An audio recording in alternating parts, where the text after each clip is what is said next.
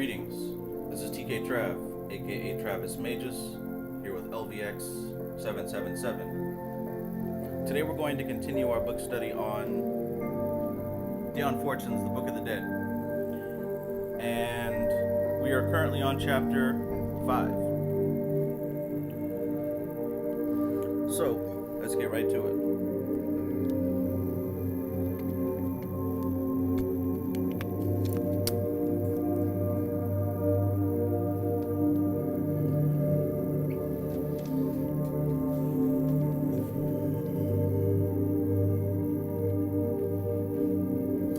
We talked about crossing the threshold. We talked about assisting those who have transitioned. We talked about overcoming grief. And there were a few lines in at least the last 2 chapters that we read that I want to go back over. So I think we'll go ahead and do that.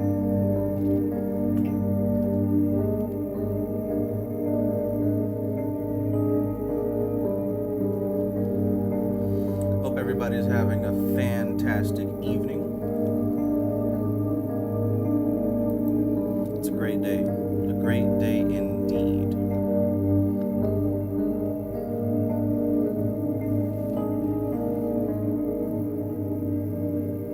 Being on this side of death, I suppose I don't have too many complaints. Not that death is a bad thing, but being alive and at least having some knowledge about these issues, it's a little comforting, you know? At least a little comforting. So again, I hope everybody's having a great evening. Peace and welcome. That slaps. Peace. Society Ejects. Peace, brother. Oath. Peace. Good evening. Phoenix Wolfette. Peace.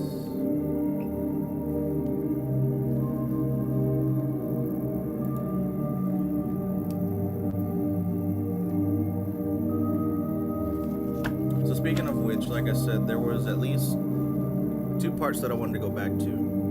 Why is it zoomed in like that?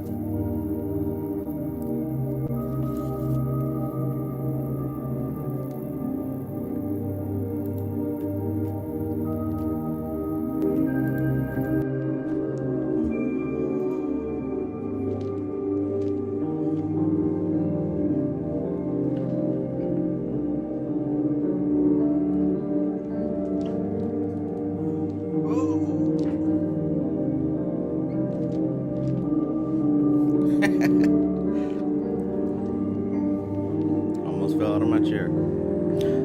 How's the volume? Is the music too loud?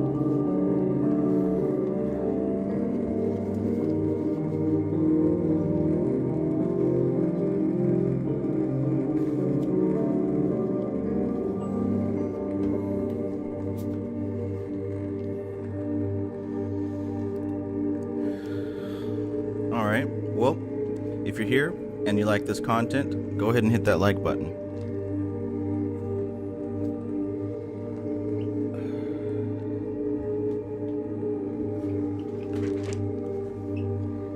Did you guys enjoy yesterday's cinematic feature? I hope so.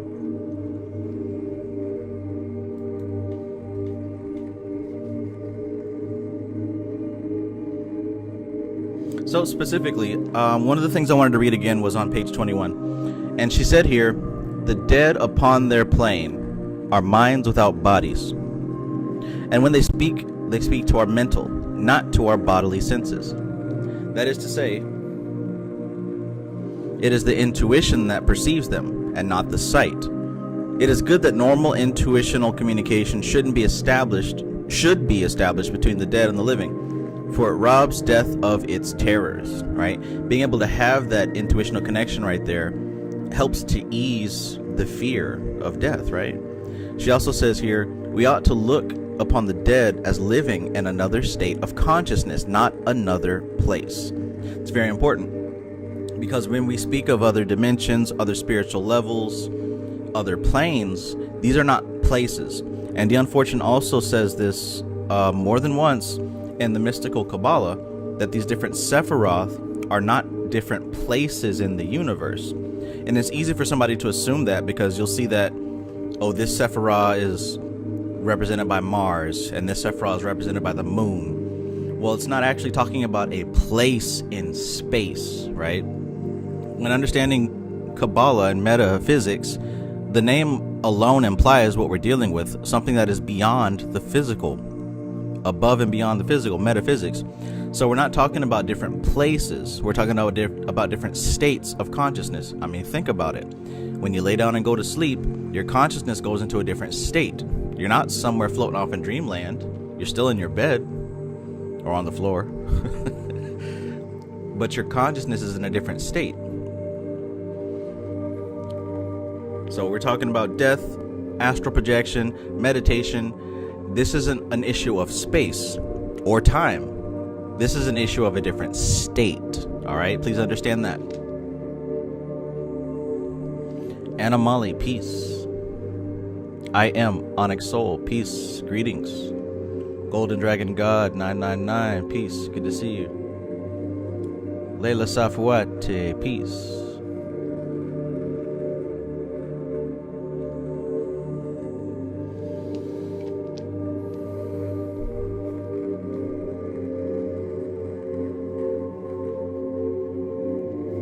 Okay, so again, we're talking about the dead upon their plane are minds without bodies, and when they speak to our mental, not to our bodily senses. Because we're not talking about another place in space or time, we're talking about a different state. All right, that's the big thing to remember here. So she says, if we can tune in to their vibration, we can hear them and speak to them. In fact, we can speak to them much more readily than we can hear them. So we can actually speak to the dead much more readily than we can actually hear the dead.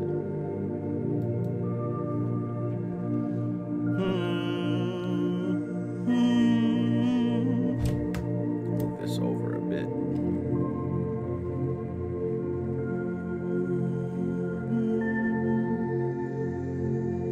That's better.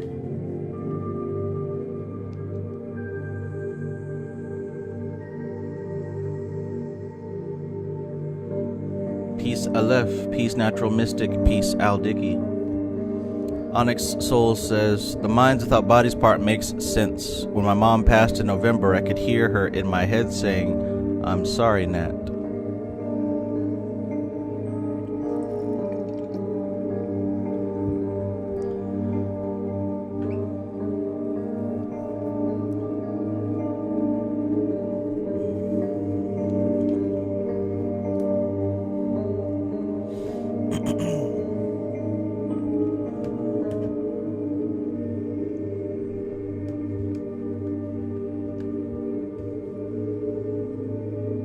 Indigenous Wizard, peace. Dub VT, peace, good evening. Okay, so just going over this part, because that's one thing I definitely wanted to establish here. Like I said, it's important in general if you're thinking about metaphysical stuff. These are not different places, they're different states of existence. So, what else did she say? Yeah, okay, so check this out also. In fact, we can speak to them much more readily than we can hear them, for the dead being bodiless are normally psychic. It is for this reason that we should guard our thoughts carefully in relation to the dead, right? This is an important part, so check this out. And especially strive to overcome our grief and learn to acquiesce in their departure, right? So she's saying it's best to overcome our grief and to guard our thoughts towards the dead. Why? Why is she saying that? Our attitude towards the dead should be the same as it would if they had set out to seek their fortunes overseas. We would send an immigrating son or a lover a word of good cheer to hearten him in his distant enterprise. So imagine if you had a family member travel, off into another country, you would want to be sending them messages about how proud you are of them. You hope that they're doing well. You hope that everything's great. You don't want to be continually sending them messages about how much you miss them, how much you wish they were here, how much they left, or how things are falling apart because they're not around. How do you think they would react to those messages? And how do you feel continually sending those messages? I don't think anybody wants to hear that, number one. And number two, you're bringing yourself down and you're bringing them down as well. This isn't adding anything. It's taking away from, right? That just makes sense. She says, if we continually sent a tale of woe, enlarging on our own suffering in his absence, could we expect our letters to be eagerly welcomed? Would they not rather be dreaded as an ordeal? What should be our aim? To help and encourage and hearten the dead, or to indulge our own grief and relieve our feelings at their expense. So which one do you want to do? Do you want to encourage and hearten the dead, or do you want to indulge your own grief and relieve your feelings at their expense, right? Think like she said there, it's a perfect metaphor. If you had a family member across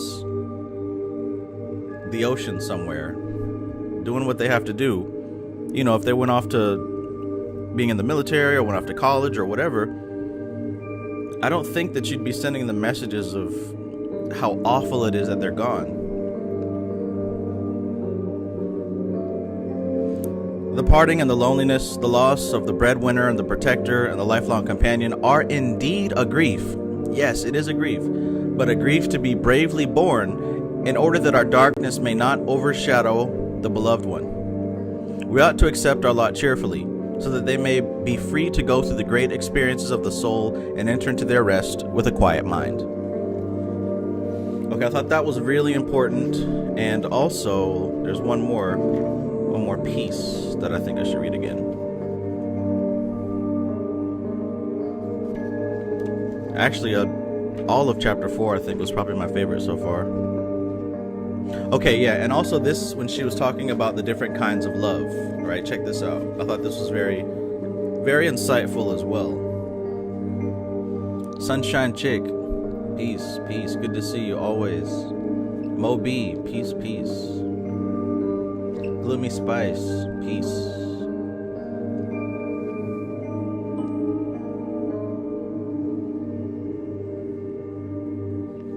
Gloomy Spice says, my aunt would visit me in my dreams a lot in the beginning. Then she said, you know, I can't keep visiting you, something like that.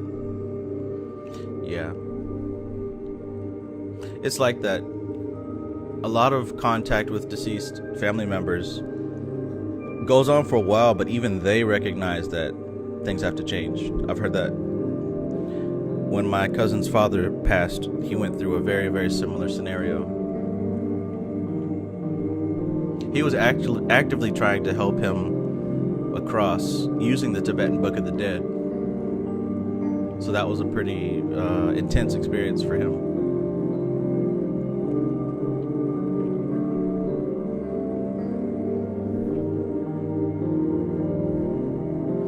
Natural Mystic says, how do you help a random spirit?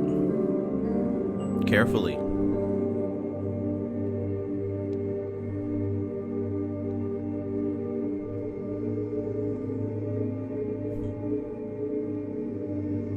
With great positivity, I'll say. Okay, so let's get on to chapter 5. No. Let's read about these different kinds of love, and then we're going to get to chapter 5. Okay. There's more than one kind of love, and bereavement will reveal which kind is ours. This is important because from experience in my life, I truly believe that most people don't know what love is. Most people don't know what love is, especially unconditional love. I don't think very many people understand what unconditional love means. We know what conditional love means. As long as you do X, Y, Z, then I love you. But as soon as you stop doing it, I don't love you anymore. People know that. But I don't think that people know what unconditional love means. You know, it took me decades to understand what that means. For a lot of us, it takes having a child to understand that. For a lot of us, it takes a spiritual experience. But most people do not know what love means. And I mean that with all my heart. So let's read this and let's talk about it for just a little bit. There is more than one kind of love, and bereavement will reveal which kind is ours. By the way, this is the first page of chapter 4. If you have the book, I hope you do. It's a great book to have. I don't think there's a PDF of it, so otherwise you're just gonna have to listen to me talk. I would say get the book, as always.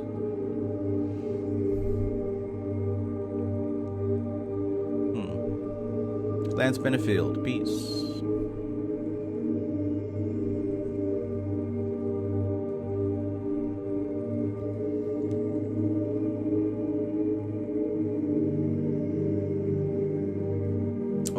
So yeah, more than one kind of love, and bereavement will reveal which kind is ours. And that's what they say whenever people are going through stress, pain, struggle, hurt, adversity. That's when the true character comes out, because that's when the energy is scattered to the point where you can't keep up the facade anymore.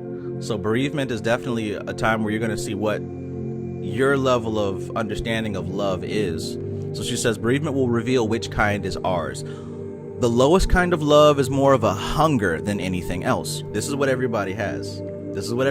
Check this out. The lowest kind of love is more of a hunger than anything else. We hunger for affection and care and attention. We hunger for affection and for care and for attention, right? How many of y'all have experienced this kind of love? How many of y'all have experienced people who only have that kind of love to offer, right? I'm telling you, this is the majority. Suddenly thrown upon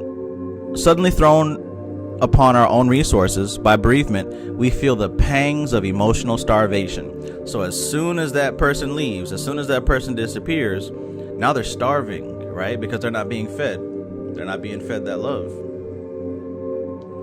Another kind of love, and one that is not so very much higher than the obviously selfish kind, relieves an emotional tension by pouring out demonstrative affection and service upon the beloved one, without stopping to inquire too closely what his needs may be. So this is the other type that you see. You see people that, you know, their understanding of love is to continue just pour out love and service upon their symbol of love. And while on the surface that seems like, okay, that's love, what it actually is the inverse of the previous, right? The first selfish kind of love is a hunger and a taking. Give me attention, give me affection, feed my insecurity, feed me what I didn't get as a child. The opposite is the same thing, just turned inverse. So now you believe that love is pouring out affection and gifts and attention and all these other things on the other person. But the downside is, I know it seems like that's the way it's supposed to be, but the downside is this type of person never stops to really understand what the other needs, right? What they actually need. Think about Christmas, right? Say Christmas time comes around and you want to get gifts for people, right? How many of us remember, I mean, everybody's different, but I remember the family members who didn't really know me personally, right? They get you things like socks, underwear, oranges and apples. Is basic and general stuff because, you know, hey, every human being needs that. And, you know, I'm grateful for that. But, you know, it's different when somebody gets to know you and they get you something that actually is meaningful, that actually has a sentimental value, a connection, right? So when you're busy pouring out what you want to do onto somebody, you don't take the time to actually figure out what the other person actually needs. Yeah, it's nice to buy gifts. It's nice to, you know, the hugs and the kisses and the movies and the wine and all that good stuff. That's nice. But what's even better is giving somebody what they actually need, right? Okay, so let's continue. This kind of love suddenly denied its outlet, right? So say the person passes away. This kind of love denied its outlet and thrown back upon itself shakes the nature to its foundations and is responsible for many breakdowns after bereavement. So you can imagine both of those types of people, if they lose their partner, they literally don't know what to do now. So the person who was hungry and starving for that love and affection, when their partner is gone, or the other person, right? Because it doesn't have to be just a romantic relationship. This can be family too. When that person is gone, they're no longer receiving, right? And on the inverse, when that person doesn't have a symbol to give all their attention to, they don't know what to do. See, all of our relationships are symbolic. None of our relationships are actually what we think they are. You know, all of our relationships are symbolic. Because in truth, when we deal with other people, all we're doing is reacting to something that we're projecting onto them. You feel me? So there may be you may just be in love with being in love. You may just be in love with going through the experience of being in love. And all you need is somebody to throw all that on top of, so that you can go through that process. But see, you trick yourself into thinking that you love that person. So even after everything changes and fades away, you still now have an attachment to somebody that was really just a symbol for you to exercise these feelings that you already have. So the thing is, acknowledge that. Acknowledge that you love loving. You can still do it, but now you can understand that you can swap out the symbol with anything. Hopefully you'll be working on healing yourself so you don't have to do that, but at least don't imprison yourself with somebody who you actually don't need to be with, right?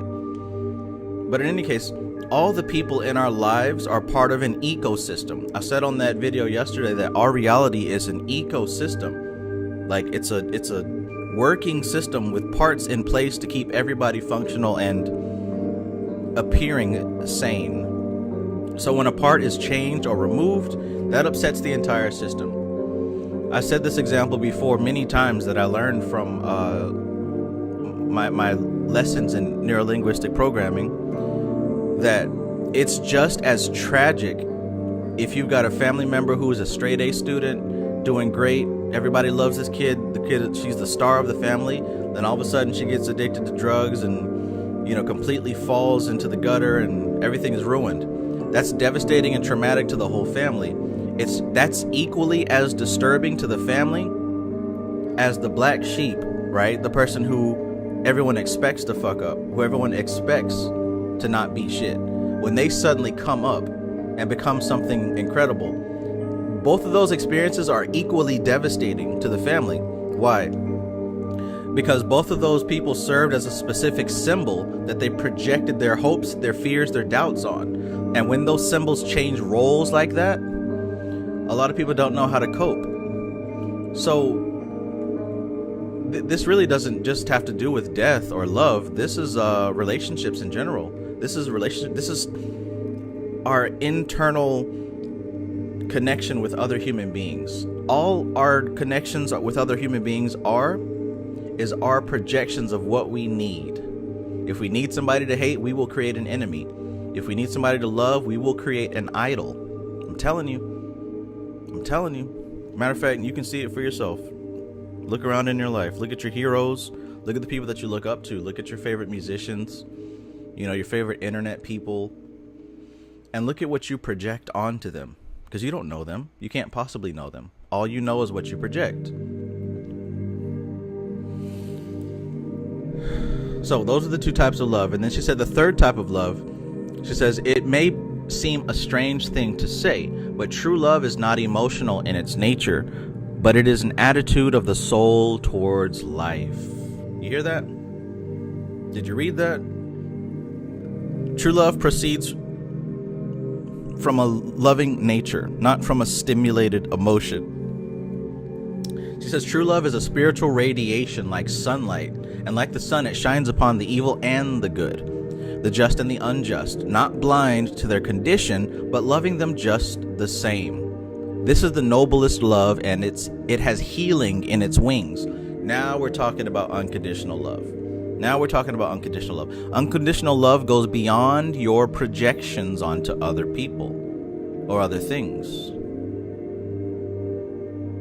You see that? Peace, MC Maestro. MC Maestro says some people offer themselves as these blank slates for us to project onto. Absolutely. There's a lot of karma in that. A lot of karma balancing in that.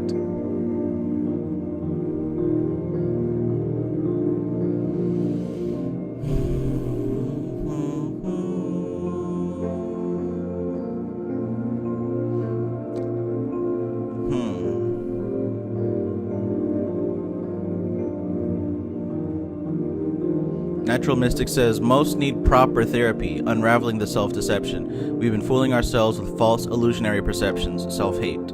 Absolutely. Lance Benefield says, my mom passed in 2020. I feel that she believed in my magic and differences since I was born. I missed that trust but I now know that it always existed from within. Absolutely.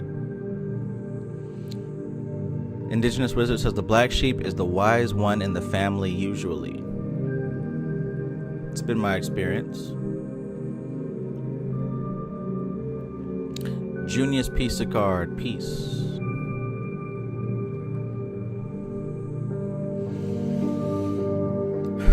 Okay, let's continue. And I learned something. I think it was from this book. I don't remember what part it was. But we always say, like, you know, oh, God doesn't give you more than you can handle. You know, life, the universe doesn't give you more than you can bear. We say that in the negative, right? In other words, you can get through whatever you're going through. Anything that you ever have, it's not enough to completely destroy you. It's enough to maybe upset you, but you are always going to be able to overcome it. That's referencing back to that ecosystem I talked about. But check this out. There's a flip side. You don't get more than you can process. You hear that? You don't receive more gems, more jewels, more gold than you can convert into something useful. Right? So this is another reason why you cannot try to force your friends and family to wake up, because you can't make them wake up. If they're not ready to process that information, they're not going to get it, literally. So just like God doesn't give you more than you can handle negatively, you also don't get more than you can handle positively. So keep that in mind as well.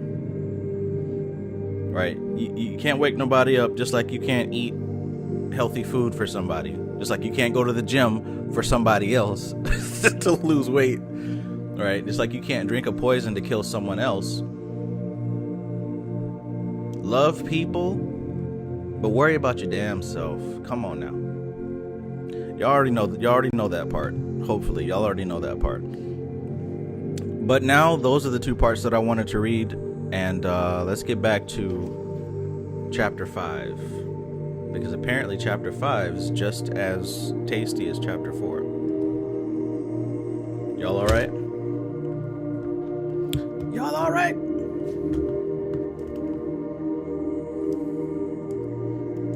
Let me pull on your book a little while.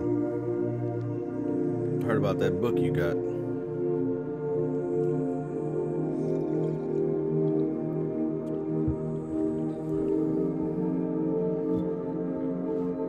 But now 144 Magnolia Street, I seen through the window of that house. All right, let's keep it serious now. This is a serious book. Gotta stay serious. Number 5, The Appointed Time. We do not wish to have towards death the fatalistic attitudes of the Muslim, however much we may admire his courage, nor yet the panic-stricken clinging to life of many so-called Christians. Whoever has any knowledge of astrology knows that the time when death is likely to occur can be predicted with considerable accuracy. You guys remember Kristen with the Vedic astrology? Oh yeah, there are times in your chart that are more opportune for your death specifically. Now somebody guess what planet has to do with your death. There are times in your astrological chart that are more opportune for you to die. So she's absolutely right. I remember, and Kristen is extremely talented and studied in Vedic astrology. And she always said that one thing that she would not teach people or tell people was those opportune times of their potential death. Somebody said Saturn, somebody said Pluto, somebody said Mars. What's the correct answer?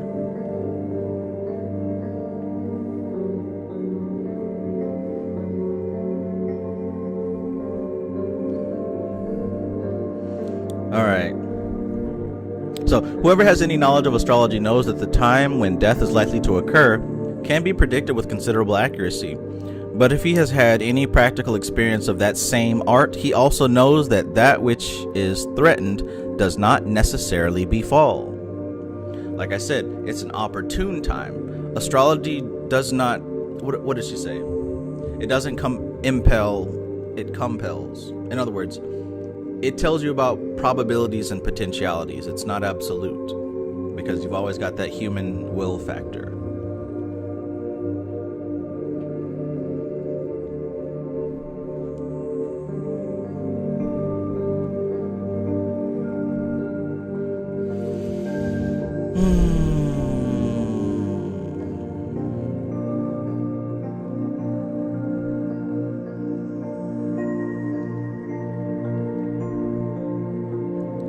There are a great many factors to be taken into consideration in a horoscope, and the judgment is, after all, not the answer to a sum in arithmetic, concerning which there can only be one result, right? Let me read that again.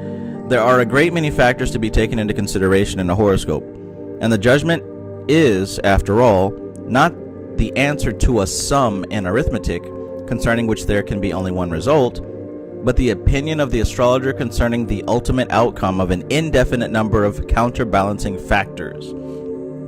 Picture Dr. Strange sitting there trying to look through all the possible futures and pinpointing which one is accurate, right?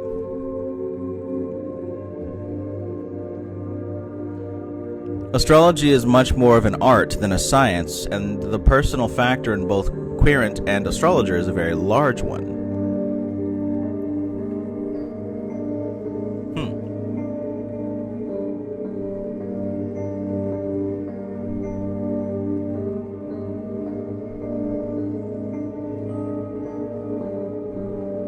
Sirius Suit 888, peace.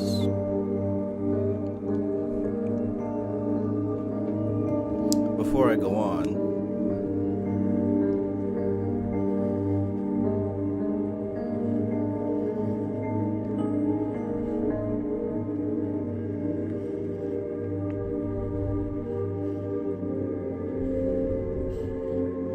the stars compel, they do not impel. I believe that's how the quote goes. No one can deny, however, that there are tides of death in every horoscope, tides on which the soul may readily slip across the harbor bar into the great beyond. The cords are loosed then, and if a sudden stress comes, they may part. So check that image out, right? She's giving you a good metaphor here. Think about these cords that are connecting the soul to the body, right? And just like when the moon is full, it pulls the tides up, and when it's new, it pushes the tides away, right? The same thing is with everything in this universe. Ebbs and flows. Everything in this existence ebbs and flows just like that, closer and further. So there are times in our chart where our soul is closer to our body, and there's times where our soul is further than our body. As long as you exist within space-time, your body is going to undergo change. Right? Those of us who live in the modern world and we eat McDonald's and steak and we surf social media and we do all the things that normal people do, there will be times where we are more spiritual and there's times where we're more materialistic, right? There's going to be times where you feel more in tune with spirit and you can float out of here at any second. Then there's other times where you will feel heavy, lethargic, slow, right? Doing things you probably wouldn't have done when you were feeling extra spiritual. It's an up and a down. So likewise in your chart, there's going to be times when your soul is further from your body, and that is a time where if a strong wind blows, it'll be easier for those cords to break. It's just how it is. That's the reality of the situation. Circle of Mystics, peace and greetings.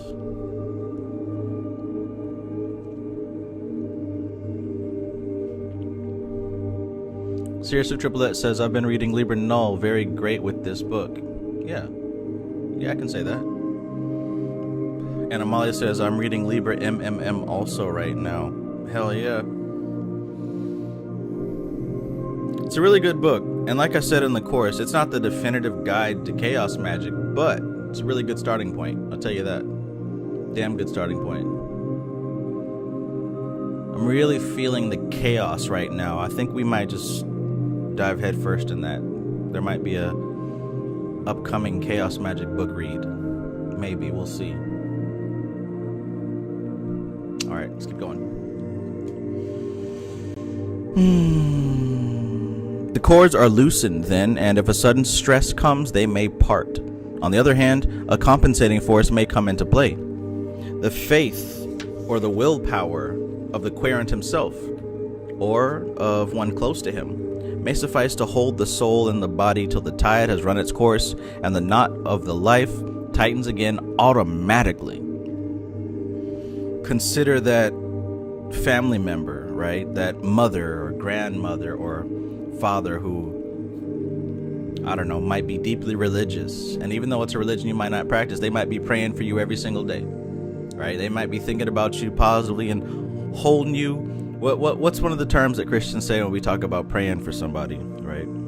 Keeping you in the heart of the Lord or something like that. And you may be in one of those times where, you know, the cords might be loose and a strong wind might blow. What might be holding you together are those prayers and well wishes of somebody you might not even expect. Something to consider. See, I stopped talking, well, I never did talk shit about Christians, but I stopped following along with the mindset that Christianity is bad, right? Anything works if you work it. Anything works if you work it. And I mean anything. So, like, to hear these people going in and villainizing Christians or religious people, it really is ignorance. It really shows how little that person understands what's going on. Again, you just observe and make your own deduction. But usually when I see people talking shit about Christians and other religious people, that lets me know they don't really know. They don't know the big picture. Richard Tracy says, are we on page 32? Nope, we're on page 30. Page 30, first paragraph.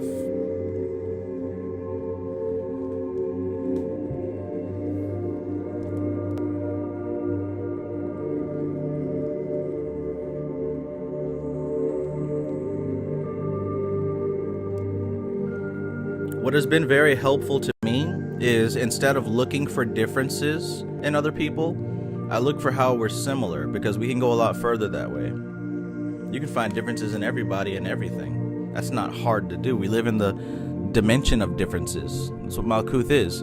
That's why Malkuth on the Tree of Life is the Sephirah with 4 separate colors. Everything's separated and categorized.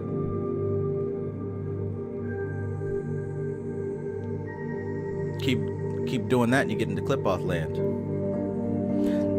And it's kind of funny that science is on a mission to label, categorize, and break everything down and put it into its own place. Yet spiritually, that's actually the death of something. The more that you break it down and categorize it and assort it with different labels, that is the death of a thing. You're making it more tangible, more concrete. You're pulling it out of the realm of abstract possibility and you're solidifying it. So that's why magic is a very abstract, open-ended science. It is a science because there are still methods and systems that work repeatedly. But there has to be that element of, you know, Schrodinger's cat. What's in the box? Is the cat alive or is it dead? There has to be that element of mystery in order for this to continue to bring extraordinary results.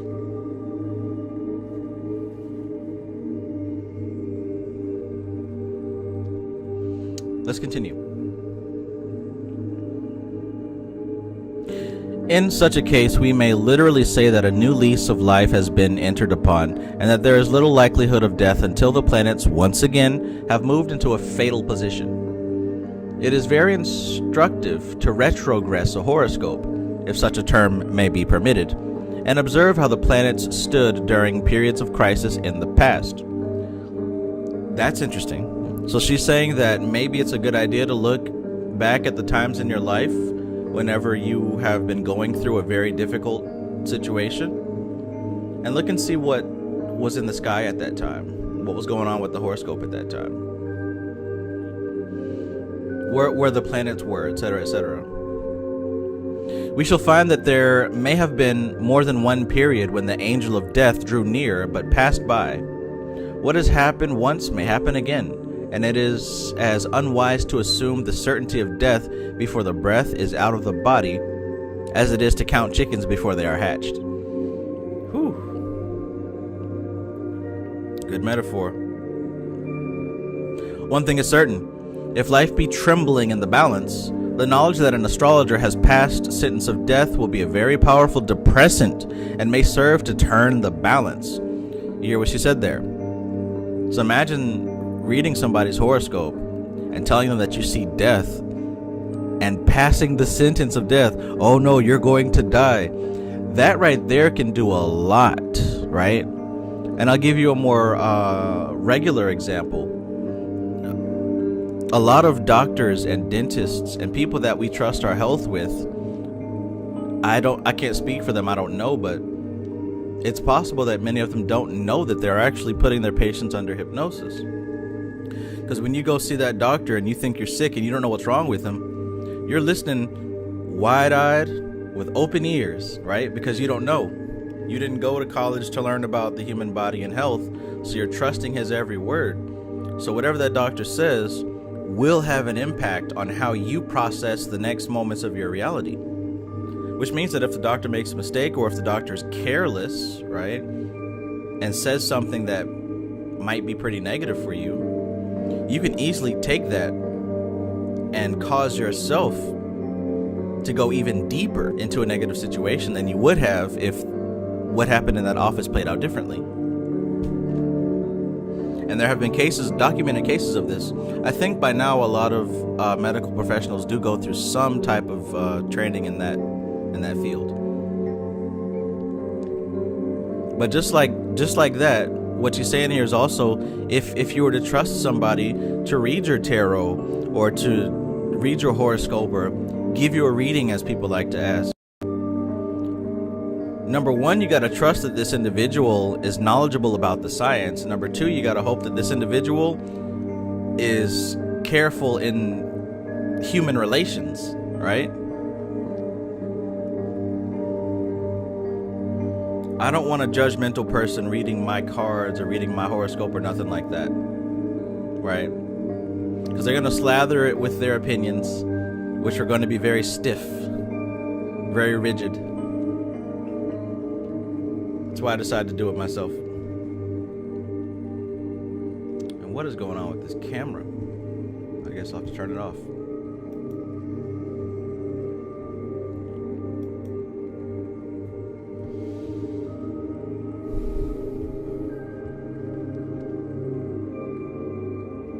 So, one thing is certain: if life be trembling in the balance, the knowledge that an astrologer has passed sentence of death will be a very serve to turn the balance. In my opinion, however, clearly death may appear to be written in a horoscope. No astrologer should ever reveal the fact, but should content himself with saying that the period will be a crucial one for the health of the querent. This will be sufficient to give warning without inducing a paralyzing auto-suggestion. That's what I'm talking about, auto-suggestion.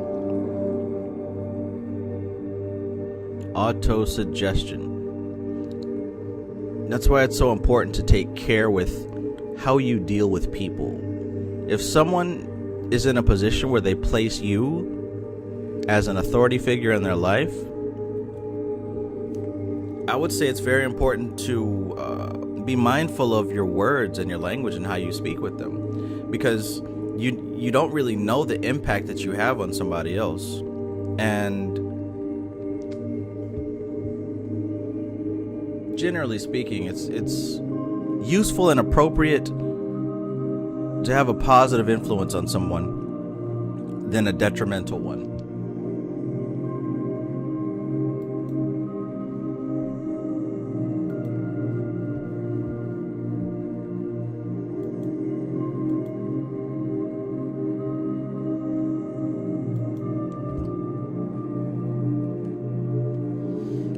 Richard Tracy says, yes, white lab coat syndrome, in addition to the power of suggestibility, which can create a psychological manifestation as the result of emotional turmoil. Absolutely. Wait a minute. Am I tripping, or was your name something different earlier? I gotta scroll up. Oh, you must be logged in under 2 accounts. Okay. I was about to say.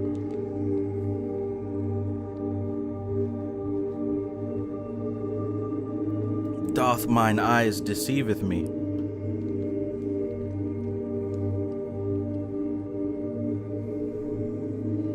Society Eject says, agreed, Travis. Yep, I seen it happen.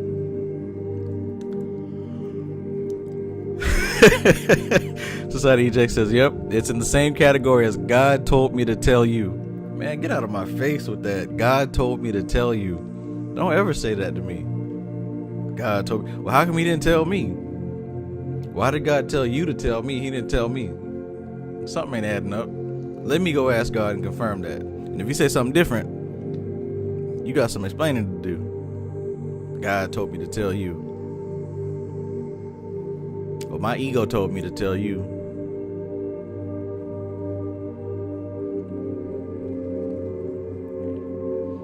Useless familiar, peace.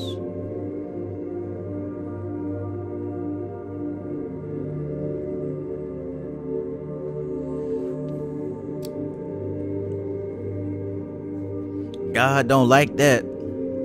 No, you don't like that. You know God don't like that.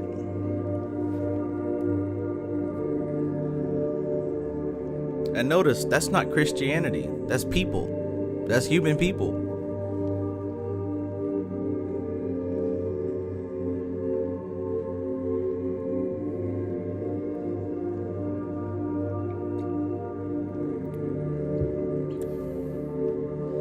The devil is a liar.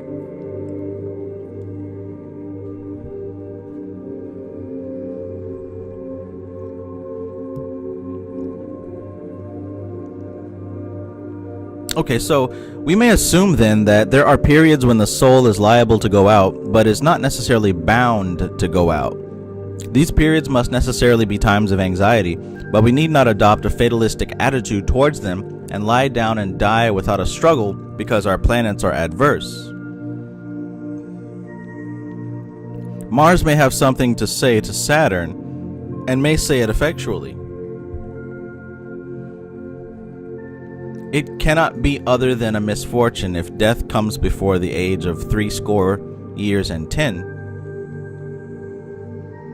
Because in each incarnation, a long period of preparation has to be undergone before maturity of the faculties is reached, and we begin to reap what we have sown. To have to undergo another period of infancy, childhood, and youth before full return has been obtained from this investment of life values has been obtained in the present period is a misfortune, though not necessarily a tragedy if seen against the wide landscape of evolving life. So what are you saying, Miss Dion Fortune? Let's keep reading and find out. We should reinforce by every means in our power to the battle against a premature death. Right? But after our allotted span, unless we have work to finish, we are wise to take our quittance when it comes, going tranquilly out with the tide. Secure that our life is hid with Christ in God. It is better to go and take a new body than cling to one that is fast becoming uninhabitable. Imagine that, an uninhabitable body. Whew. It's rough out here for some people. I done seen some near uninhabitable bodies. Occult topics with the professor. Peace, greetings, good evening, brother.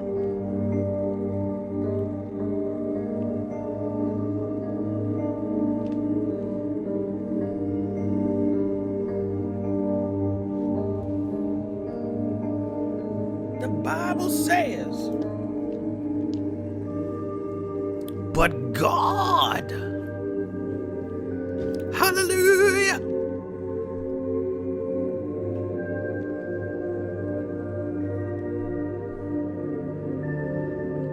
If we have passed the allotted span, we may well say, Lord, now suffer thou thy servant to depart in peace.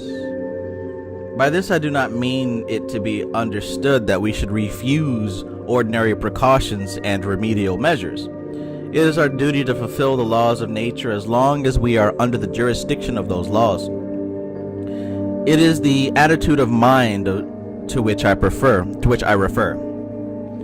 We may fight death grimly to the last ditch, holding body and soul together with all the power of a concentrated will.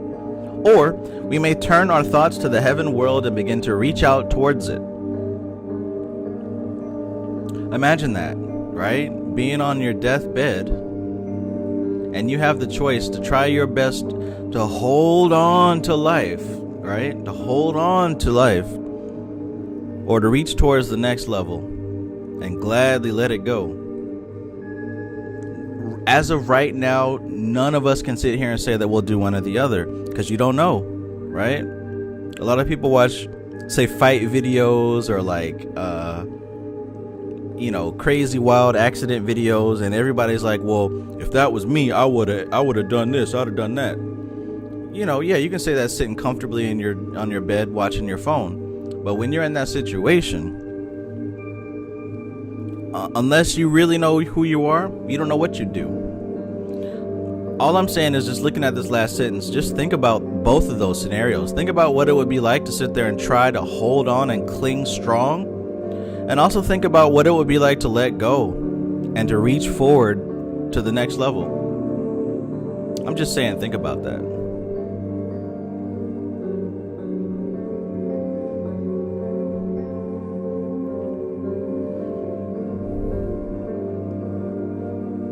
And the people say, stop.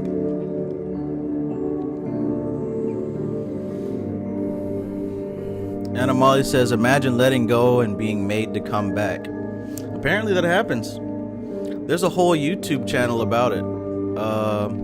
Moby, if you're still in the chat, I don't remember what that channel's called, but there's like a near-death experience channel where they interview these people talking about what they experienced. I'm sure a lot of you guys have seen it before. It's actually a pretty popular channel. I see it from time to time. I'm not like a big fan of it, but I do see it. MC Maestro says, I had a bad experience on an edible and had to go to the hospital. Oh no. I gave my roommate my instructions to use me as practice for this book. Read if I died. Oh man. Oh man. Richard Tracy says, when the amygdala is going nuts in those survival situations for self-preservation, that's subject to some very unpredictable behavior in that moment. Yes. Zooman, peace.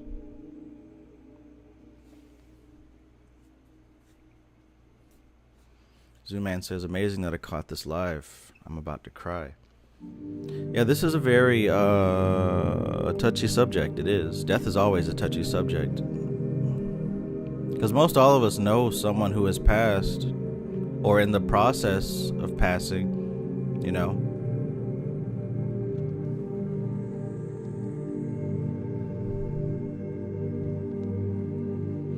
Okay, let's keep going.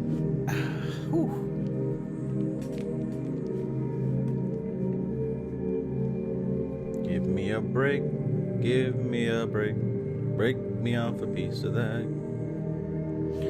Hit the like button if you're enjoying this video, and if you have not hit it.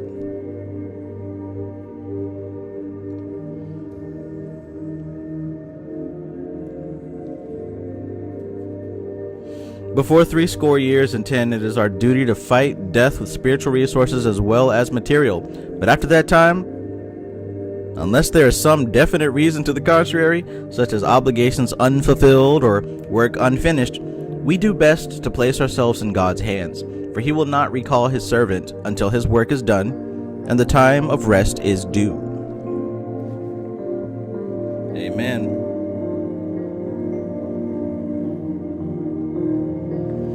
And honestly, you know if you got work to be done. You know if you got some work here to be done. I know that I have work to be done. You know for certain if there's a job that you're supposed to be doing here, a spiritual job. And if not, that's cool too.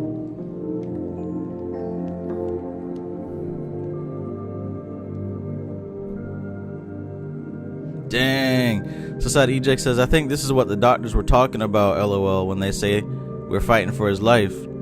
I always wonder who they're fighting with. I never considered that. Fighting for his life, dang. No one asked the question, fighting with who? Fighting against what? Well, they holding on to it. A fistful on the body and a fistful on the soul, trying to hold it together. Fighting for his life. Dang. Well, next time you hear that, you'll know what they're talking about. The consciousness trying to hold on to the body. See, this is where Dharana Darshan comes in. I keep telling y'all to get that book. If you don't got Dharana Darshan in the room with you right now, and you've been watching my channel for over a year, I don't know how serious you are. I question your seriousness. If you've been watching my channel for over a year and you don't have that book, I highly question your seriousness. Let's continue.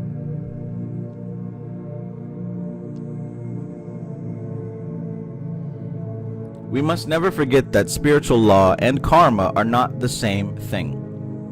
It is karma that causes the premature death of the body, but it is spiritual law that withdraws the soul from incarnation when the time is ripe. Spiritual forces can be used to counteract an evil karma, but there is nothing that either could or should be used to counteract spiritual law. Our greatest good lies in fulfilling it. We must get out of the way of thinking that death is the ultimate tragedy. Did y'all hear that? Did y'all hear that? We must get out of the way of thinking that death is the ultimate tragedy. We must get out of the way of that.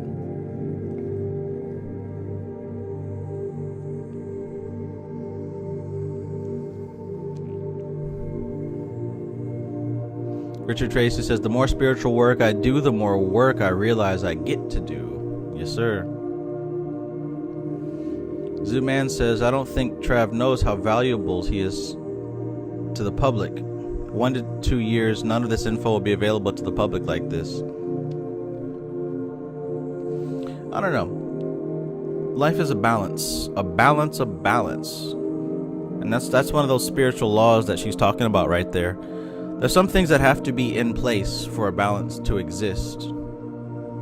The fact that I'm able to read this information now is proof of that balance. I don't think it's going anywhere. If anything, the amount of people who search for the information will dwindle. But there will always be opportunities for this information to be received.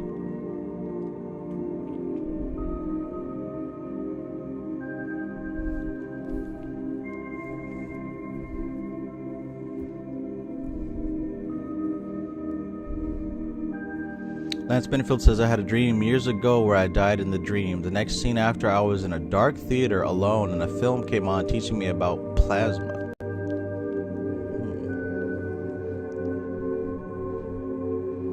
Zooman says, because AI will take over the human brain within the next 10 years. Well, we'll have to unpack what you mean by take over the human brain. You got to unpack that, because that sounds like... sounds very vague.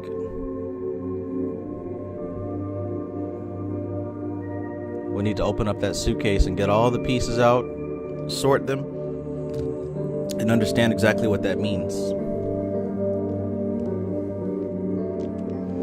Love and Bia. Good evening. Pork Hill, peace. Christian Black, good to see you, peace.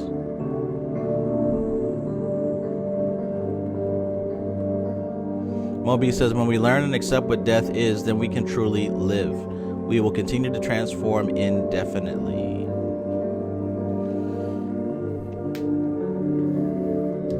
Society Eject says, AI is Yesod. All right. Everybody don't have a security clearance to understand that, Society Ejects. Let's keep going. We must get out of the way of thinking that death is the ultimate tragedy. There are conditions under which it may be a misfortune for all concerned, both for the passing soul and those around him. But on the other hand, it may be the next stage in life. It is only the man sunk in matter who calls the angel of death the great enemy.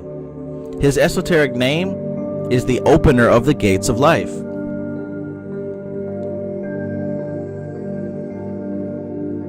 Okay, well, speaking of Yesod, here we go. Who's the angel of Yesod? Does anybody know? Well, I think a lot of you know, but can anyone tell me the angel of Yesod? If you guys remember that book that we read, The Ladder of Lights, I think it's always good to occasionally go back to that book and check out what was said about the archangels. See, these books that I choose to read are certain ones that have so much advanced spiritual information that you have to go back to them repeatedly, especially if it was written by the people in Dion Fortune's camp. Dion Fortune, William Butler, William G. Gray.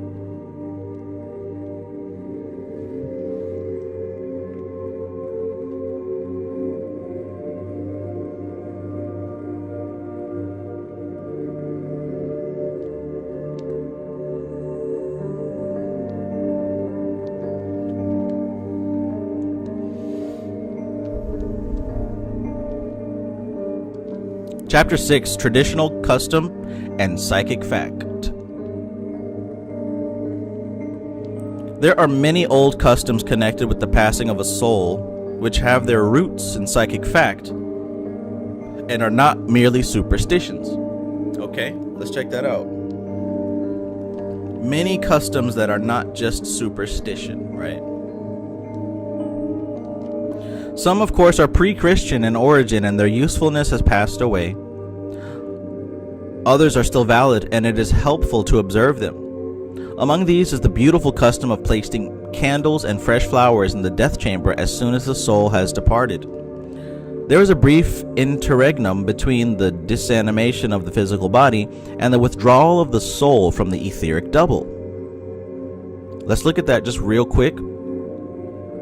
There is a brief period of time here between when the body, the physical body, is no longer animated and when the soul comes out of the etheric double. Or in other words, there's a brief period of time where the etheric body comes out of the physical body and then the soul comes out of the etheric body. You get that? So right there you got three bodies that begin to separate after death. And if you do understand a little bit about the occult anatomy of man and woman, there's roughly 4 or 5 bodies being dealt with here. And the fact that we have a physical body, which is a reflection of Malkuth, just like Malkuth, the physical body is the anchor that ties the other planes in place. So having a physical body, and again, see, this is another reason why you got to be careful with what kind of people you receive your information from, because you got these people talking about how Earth is a prison, Malkuth is a prison, we got to escape, da da da da da. What they don't realize is that Malkuth is where you do the work. If you're not here, you're not really doing the work like that. You're like a, yeah. When you're in Malkuth, you have the other bodies tethered together, so work can be done. When I say work, what I mean is a balancing of karma, a harmonizing of karma, right? And you have the potential to strengthen a relationship with your soul, with your highest intelligence, right? It is on Malkuth that you have that opportunity. So without this physical, and look, it don't matter what the hell's going on in the world. It doesn't matter what the government's doing, what politics, chemtrails, none of that shit matters at all. What matters is that you're doing that work of harmonizing your karma, neutralizing your karma, and developing a relationship with your highest intelligence. That's what your purpose is right here. If you're sitting around here wasting your time worried about what else is going on, that's you wasting your life. That's you doing that. So while you may project it onto some invisible enemy that you'll never meet, Illuminati, reptilians, AI, If you're blaming it on anything else, you're not paying attention to what's important, which is neutralizing your own karma. So you do that in Malkuth. You do that in your physical body. But let's bring it all back home. What she mentioned here was that the physical body releases the etheric body, and then the etheric body releases the soul, right?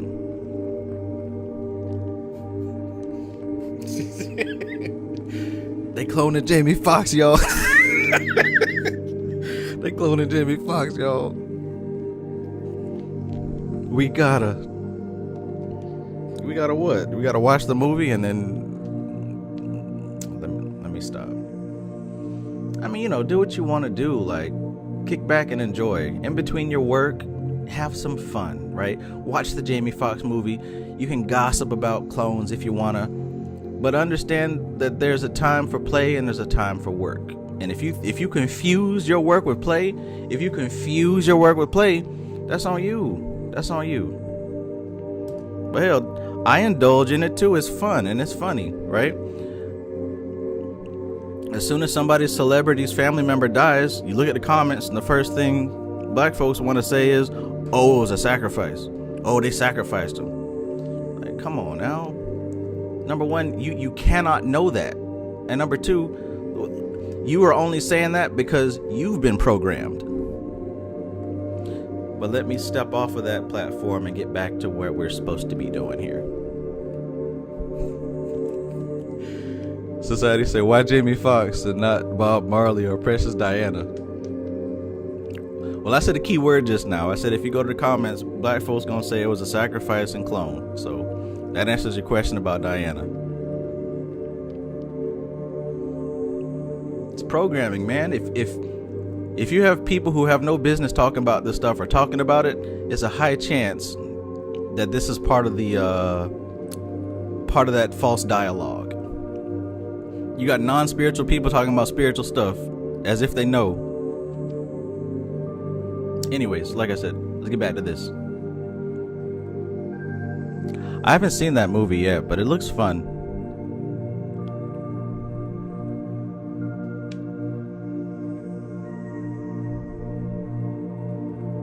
Okay, there are many old customs, all right? Now, among these is the beautiful custom of placing candles and fresh flowers in the death chamber as soon as the soul has departed.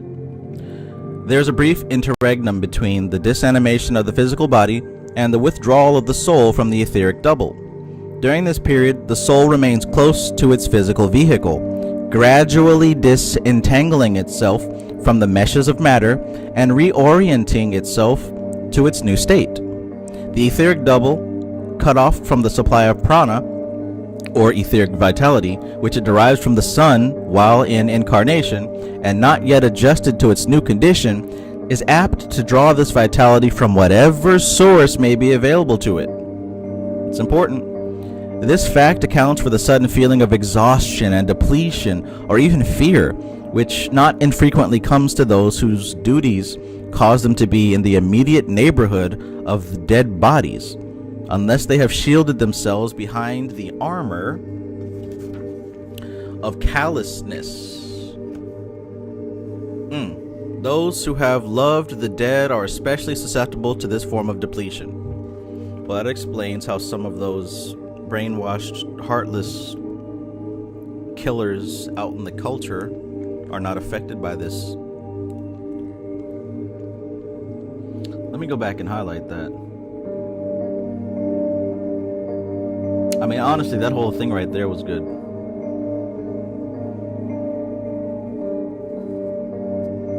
Good information to remember. While that etheric body is gradually disentangling itself from matter, it's having to accustom itself to a new source of sustenance, right? Prana is what animates life, but prana comes in different flavors. And since we no longer have a physical body to gain the type of prana that the physical body needs, the etheric body is doing what it has to do to survive. Even if that means draining the prana of the mourning family members. Especially if you've given them great prana. What do you expect them to do? Right?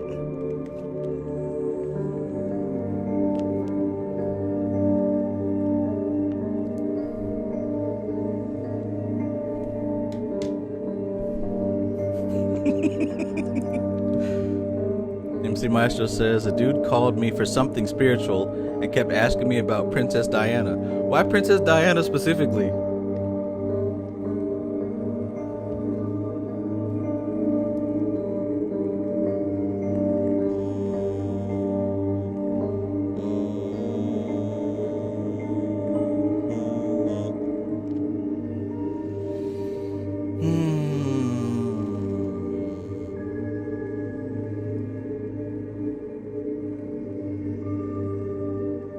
Uh-oh.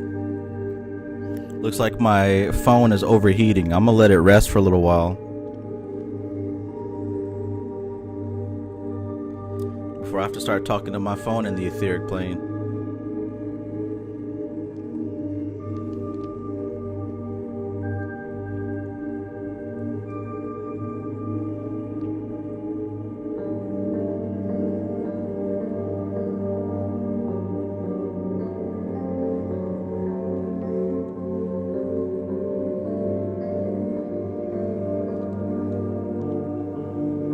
Society EJ says, LOL, I just downloaded TikTok, and if I have any understanding, I would say that it's the clip off. Man.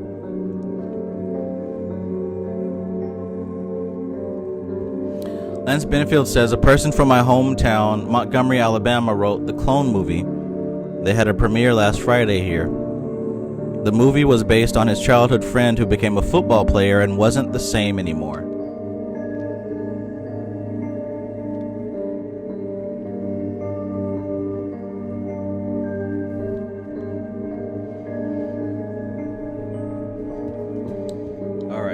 Let's keep going. Now it is undoubtedly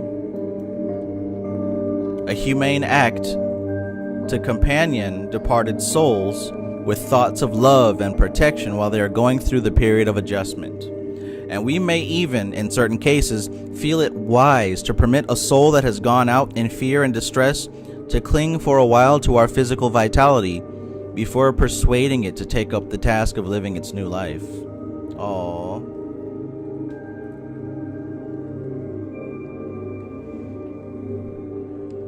These things have to be wisely and compassionately judged. We should always bear in mind, however, that the help we give to the dead should be directed towards helping them to make the transition to their new life, and not towards maintaining them in an intermediate state, which may lead to their acquiring the habit of death in life and so becoming earthbound.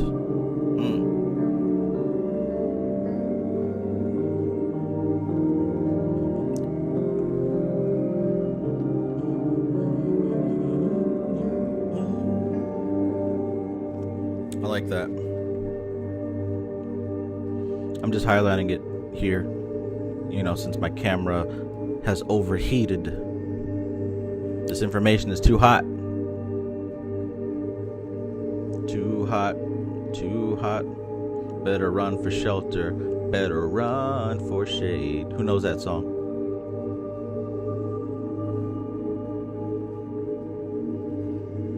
It is undoubtedly a humane act to companion souls with thoughts of love and protection while they're going through a period of adjustment. You know, and I think that's kind of what I was doing for the cat who passed away on that video that I posted about a month and a half ago. Oh. Okay, there is a great... Oh yeah, and also what she said there in that last sentence, how she talked about, we should always bear in mind that the help we give to the dead should be directed towards helping them to make the transition to their new life, not maintaining them here on earth.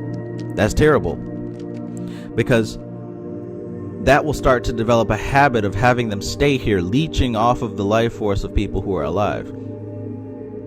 And I cannot see that as a beneficial existence unless that's what you plan to do before you passed, right? believe it or not, there are people who see that as the afterlife that they want for themselves, and maybe that's their path to do that. I have read several books about vampirism to where the goal is to learn how to maintain your consciousness after you've passed and feed on the prana of other living beings with an effort to eventually reincarnate. I've seen more than one book and more than one author talk about how that's the goal. But hey, do what you feel is the best. Because I believe for some people that is supposed to be their path. Somebody has to figure out how to do that, right? That ain't what I'm finna do, but somebody has to figure that out. As if someone hasn't already.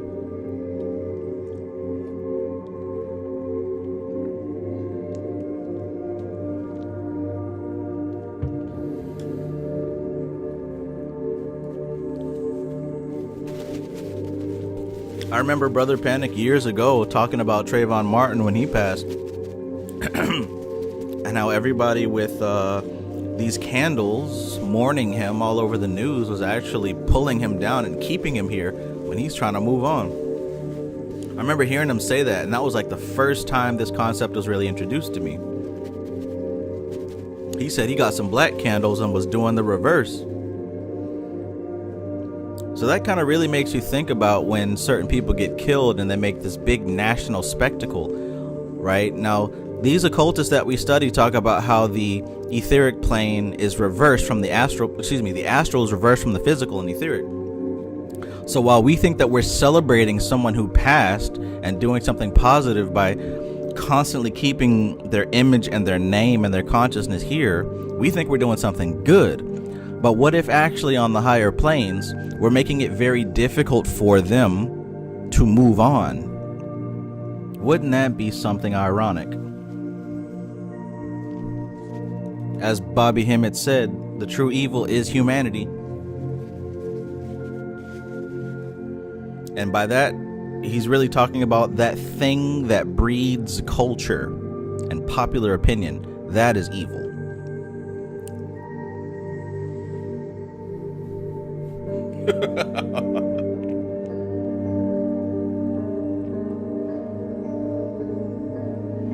We used to celebrate life. I mean, I say we, but there were many cultures on the planet that used to celebrate death, right? Homegoing. They used to feed positive feelings to those deceased. That has been inverted and flipped now. All the crying and the mourning and we think we're doing something good, right? We think we're doing something good. But what if we're making it very difficult for that particular soul? Something to consider.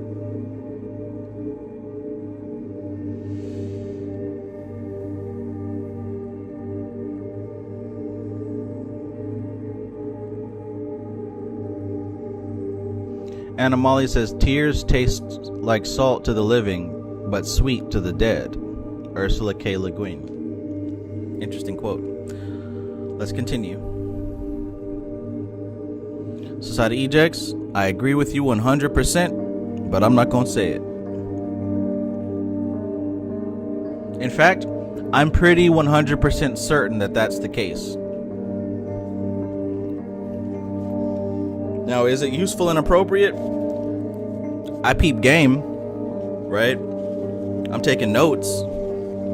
I'm not finna make no video about it, but I'm taking notes.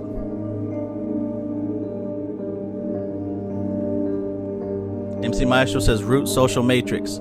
Indeed, that is the true evil, not no demiurge. Default human imagination. Moby says we still do. Dia de los Muertos. Okay. I didn't take that into consideration.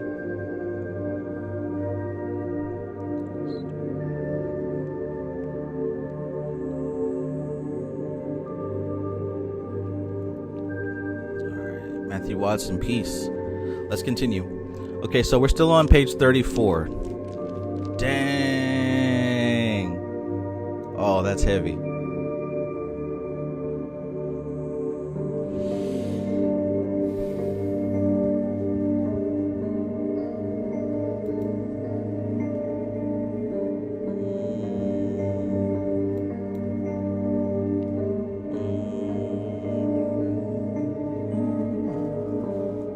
There is a great difference between a mental rapport and an etheric rapport. Uh-oh. Wild Brazil, peace. There is a great difference between a mental rapport and an etheric rapport.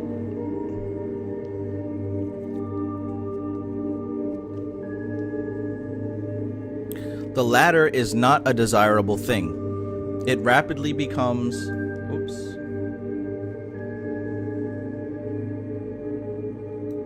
It rapidly becomes pathological for both the living and the dead, and should never be suffered to establish itself. Ooh. So etheric rapport is not a desirable thing, she says. She says it quickly becomes pathological for both the living and the dead, and should never be suffered to establish itself.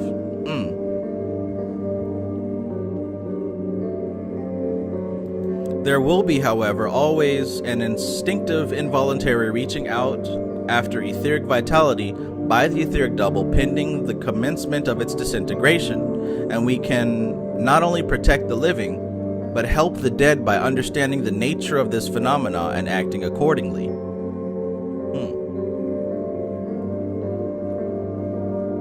Fire is an elemental form of etheric life, and the unguarded flame of a candle, fully exposed to the air, emanates not inconsiderable proportion of etheric substance.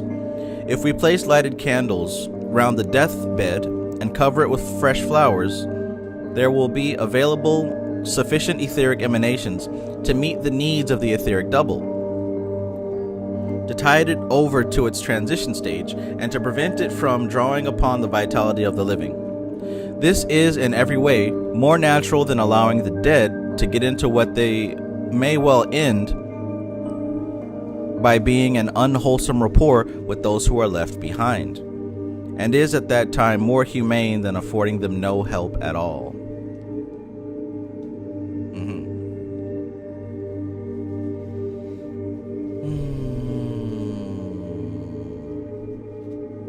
Interesting. Very interesting. I know from my study of elementals that these things that I thought I was just doing for myself was actually something that was providing sustenance for certain elementals, like what she said here, lighting the flame, or even the smell of incense, right? Any of these, the flowers and things like that, these help provide etheric substance to disincarnate entities that may be present. But specifically what she's talking about here is those who have recently passed. They're transitioning and looking for a way to acclimate to their new state of consciousness. And since they don't have a physical body, they can't eat food and breathe prana. They have to get prana in a different way. Prana is the life force, no matter what state of consciousness you're in. You require prana in the physical body, the etheric body, the astral body, and the mental body. Prana is what gives life to these bodies. It's just that we have to get it in a different form. So if you recently died and you don't know, of course you're going to gravitate. Because look, if you suddenly become an etheric body now, and you don't know anything about spirituality, and you got somebody over here grieving and crying and pouring out their heart energy to you, if you have no other way to eat and sustain yourself, you're going to feed off of that person. It's not on purpose. It's not with the intent to be evil. They have to survive. So by providing the candles, by providing the flowers and other things, offerings, right? We talk about ancestor money. When you provide these different things on your altar, you're providing etheric sustenance to help them make that transition. Now, do those things still work after they've transitioned? Do some experimentation and see. Maybe it's more for you than them. After a while, I believe it's more for you than them. But as soon as they transition, like within those first few days or weeks even, those offerings on your altar is going to help them to get acclimated to accumulating this new type of prana. Right? I don't think that a lot of people know the purpose of offerings and ancestor money and all that other stuff. I think people just do it because either they've seen somebody else do it or they think that's what you're supposed to do. But when you know the reason behind things, it allows you to do it in the best way for you, as opposed to just copying somebody. Yeah.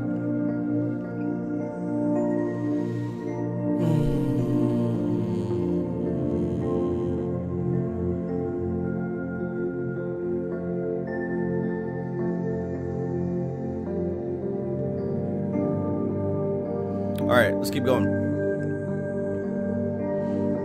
It is not right to leave the dead alone and neglected in the interval between their passing and the funeral of the body when the final quittance is given.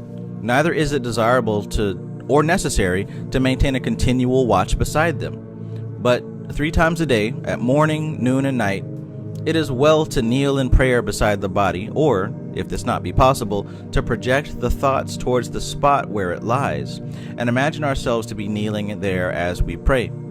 This is a great help to the departed, and should never be neglected.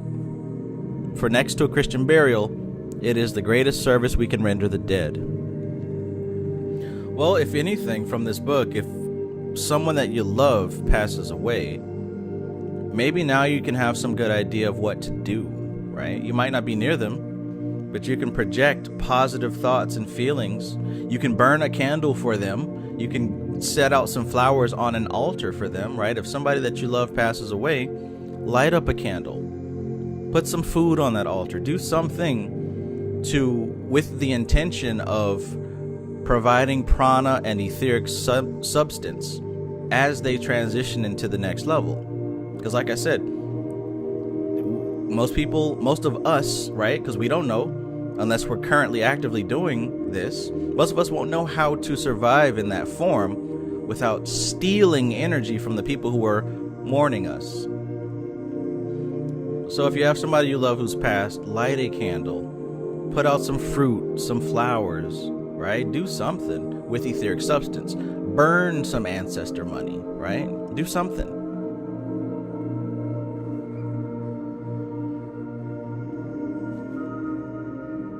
You'll have an opportunity soon.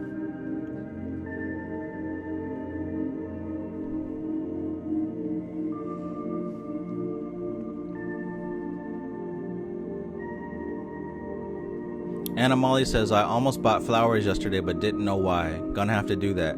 Yeah, and there will be times, and you'll have to listen to your intuition. There will be times where you might be the only one that can help. And she just said that before about, somebody that you may not be aware of holding it down for you, right? You might not know who it is who's got a candle lit for you, praying for you, right? You might not know. But yeah, trust that intuition, because you might be the one. It's an ecosystem. Let's continue.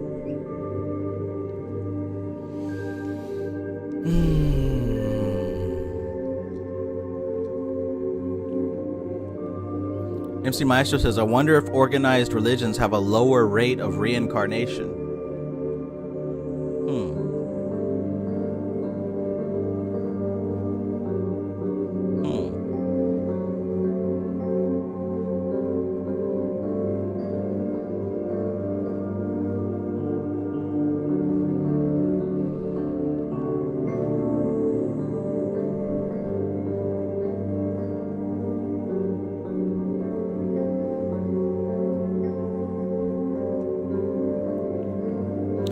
Maxwell Alali says, in the Egyptian Book of the Dead, it mentions self-preservation, wrapping the body up like a mummy.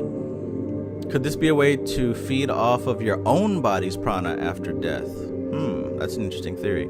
Now, what I do know is they mummified the pets and the animals, like in the dozens, right? When a person with money and influence passed, they instantly killed a lot of animals and mummified them next to the body.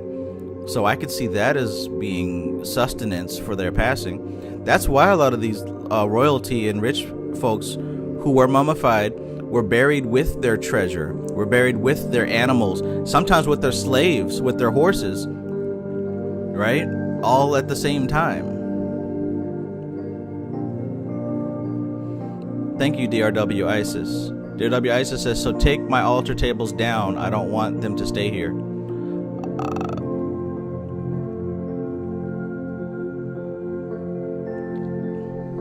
You're asking me if you should take your altar tables down? I don't know why you would jump to that conclusion. So there must have been something that you heard that made you want to say that. I know in the past that you mentioned that you were having some issues with spiritual disturbance, but I'm not sure which part of what we just read would lead you to say, take my altars down. I don't want them to stay here. Other than you not wanting them to be there anymore. If you don't want them to be there anymore, then take them down. But I'm not sure how you made the connection here with this chapter.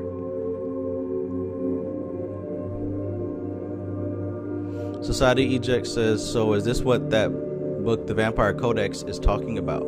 Yes, sir. Life after death.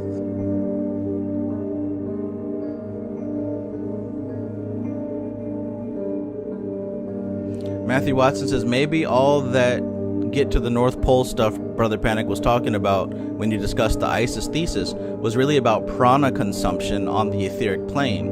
It might be why the Earth has Aurora Borealis. Another interesting piece of information.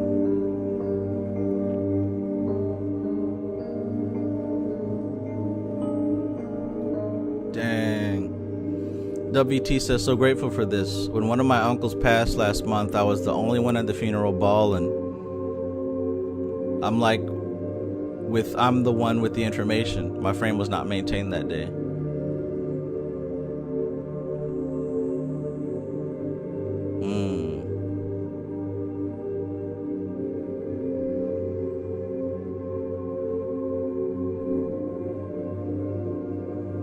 Zooman says, most of us here are witches, so we do a lot of spell work.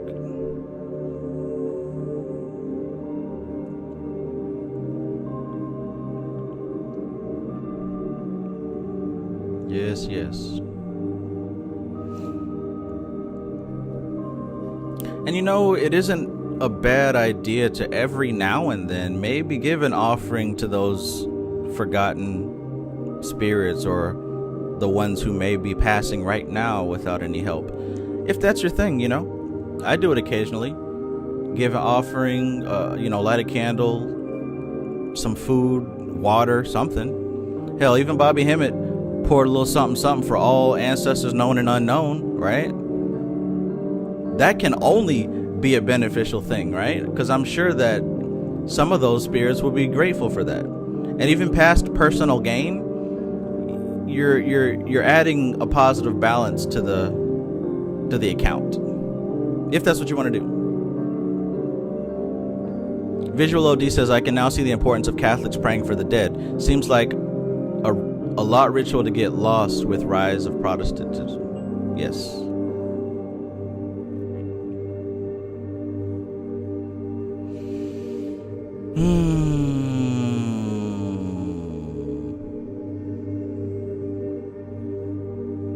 MC Maestro says, the karma of the religious dead being distributed to the followers of that faith. The karma of the religious dead being distributed to the followers of that faith. Massive institutions, countries, and memes are apt vehicles for this process. You might be onto something there, as usual. Wow. Organized religion to share the load of karma. That's one way to utilize the general public. And maybe what we're witnessing with today's society is the repercussions of that system of shared karma. Pyramid scheme, a spiritual pyramid scheme.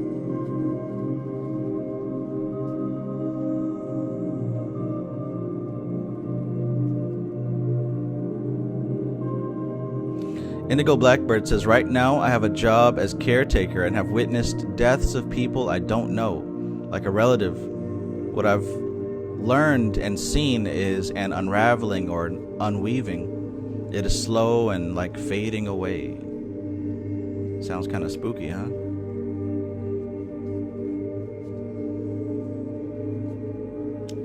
All right, let's continue. Let's continue. Let's continue. All right. I think my phone is cooled off now, so we can get back to the page.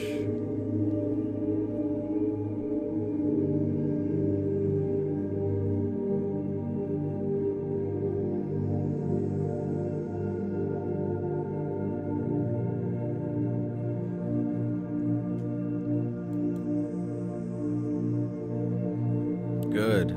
Very good.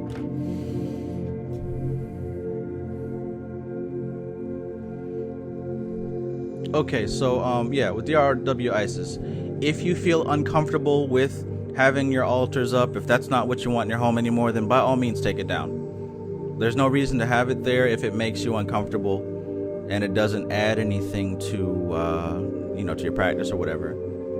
If it's not something that you are comfortable with, get rid of it, right? But if you have a fear that there might be lingering spirits feeding off of the energy of your altar, my suggestion would be to analyze what you have on your altar and what the intention for putting them on your altar is. An altar should be an intentional thing. It should not. You shouldn't just have an altar just because you do magic. That doesn't make too much sense. The truth is, it's inevitable to create altars. As a human being, it's inevitable to create altars. You got an altar all over your house. You got an altar that you sit your TV on top of. You got an altar that you chop up your vegetables and your meat with, right? You got an altar that you sit down and eat on. You got an altar that you do a lot of things on. So everything with a flat surface that you have representative items is an altar.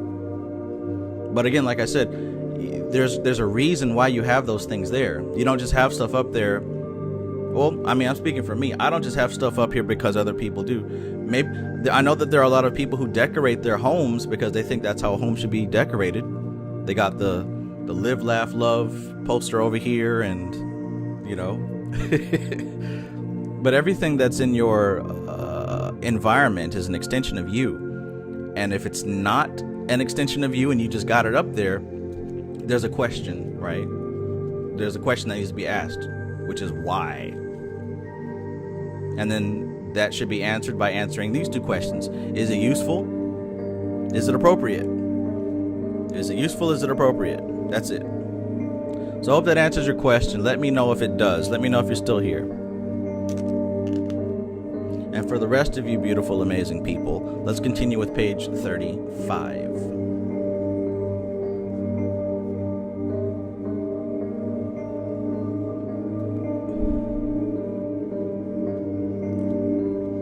The collective consciousness, peace. All right, 35.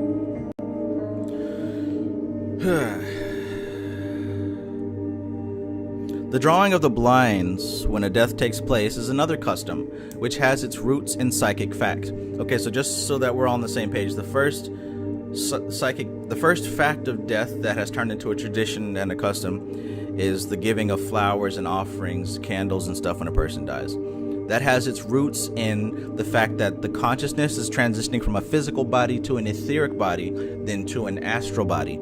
So during that transition, we don't know consciously what's going on, so we're scrambling for energy. When you do light a candle, provide flowers, you're giving sustenance to help that person transition.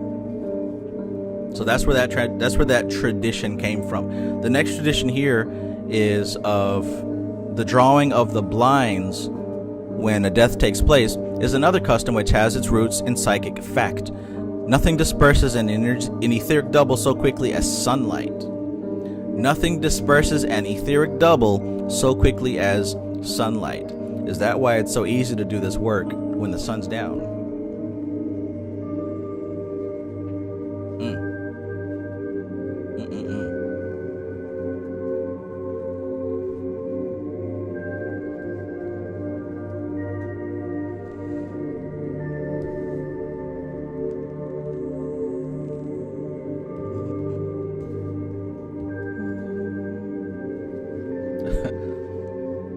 Decided Eject says, LOL, my house looks like an Apple store in DC movie studio.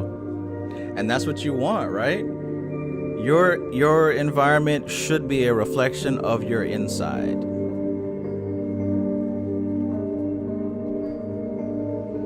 Moby says, my place has Halloween and dark academia decor up year round. And that's what you want, right? It's useful and it's appropriate. Natural Mystic says, it makes sense to do things with a purpose over just doing it to copy without comprehending why you're doing it. Absolutely. Everything should be intentional.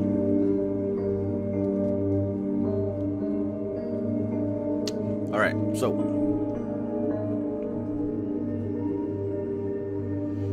nothing disperses an etheric double so quickly as sunlight, and it is in order that the processes that follow immediately upon the withdrawal of the soul from the body may not be unduly hastened that the blinds are drawn, the sunlight shut out, and the living flames of candles alone used to light the death chamber. On one hand, I want to say I hope that I have occultists who deal with my death, but on the other hand, I'm pretty sure I'll be able to handle it without the help of other people. Because I don't think there's anybody around me who knows or cares about this information. So with that being said, instead of worrying, I'm just going to make sure that my consciousness is solid enough to take care of this.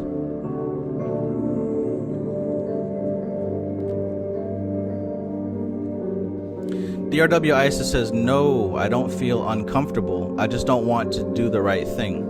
I keep fresh flowers and water on there, but I don't do them all the time if it's keeping them from going on. Okay, so yeah, here's the thing.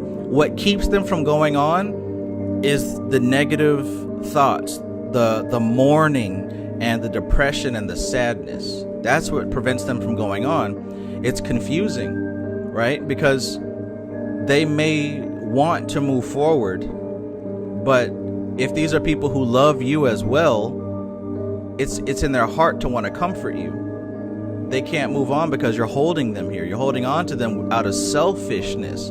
That's what keeps them. Now, providing flowers and candles for them every so often, that's a good thing because you're sending positivity their way. You're sending the metaphor that was given in the beginning of this chapter was like if you've got a loved one who goes overseas, maybe for college, or they're in the military, or they're starting a business or whatever. If they go overseas, you know, if you got it like that, you send them money. If you got it like that, you send them things that can help them. At least you're going to send them, you know, I hope that you're having a great day. I'm proud of you. You're doing big things over there. We look forward to what you got going on. You're sending all that positivity over there. That's not going to hold them down. That's going to encourage them to keep going harder. But if you're always sending messages like, oh, I wish you would come back. You know, everything's falling apart since you're gone. You know, I don't know what to do without you. That's going to confuse them, right? Because on one hand, they're going to want to complete their goals and their dreams. But on the other hand, they got to worry about you, right? That's what it is. Think of it like that. So simply lighting a candle and having offerings, as long as you're doing it with positive intention, you're sending them love letters, positive influence and energy and whatnot. That's what that means. Let me know if you understand.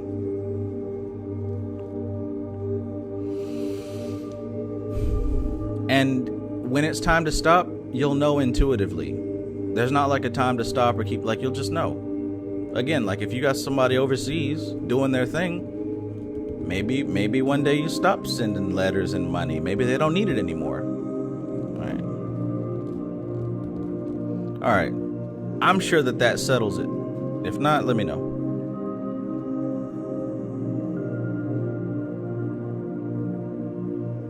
An exception should be made to this rule, however, when the nature of the disease has been such that partial death of the tissues has taken place before the death of the body as a whole, or when processes of disintegration follow rapidly upon the passing of the soul, as is the case with certain diseases.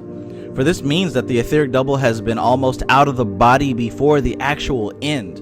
Woo. There is therefore no need to await its disentangling, and the sooner the etheric substance returns to the soul of nature, the better.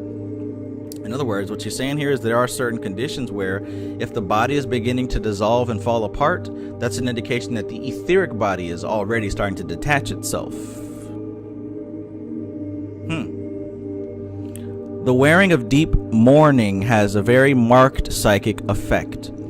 Black insulates the wearer from etheric vibrations. Oh, let me say that again. Black insulates the wearer from etheric vibrations.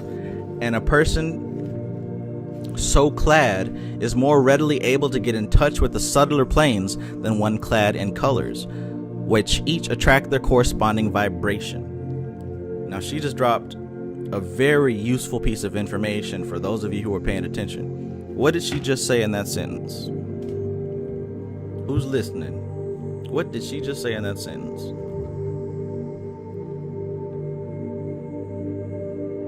Hot tamale, I'm sweating. Or whatever Kodak Black said.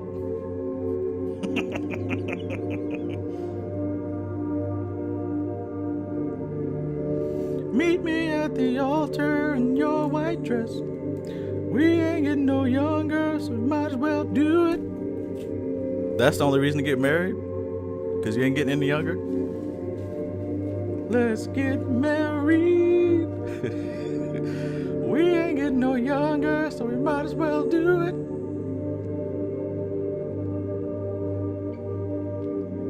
Kevin Wise, peace. Sunshine says, I too was grappling with the altar as well, so I understand that person's thoughts. Awesome, awesome. So I hope that you got some clarity there. DRW Isis says, yes, thanks for your answer. I'm used to them being here now, but if I'm keeping them trapped. Yeah, like I said, it's the emotions and the intent. It's the emotion and the intent.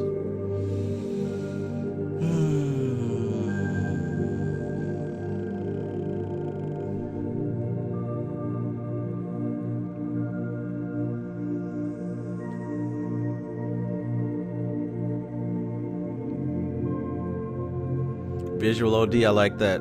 Visual OD says black is work colors, baby. Right.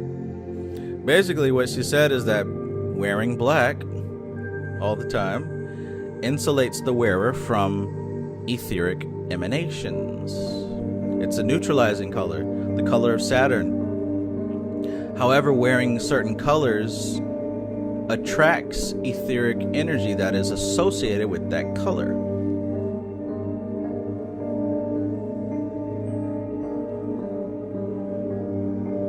Something to consider there. All black everything.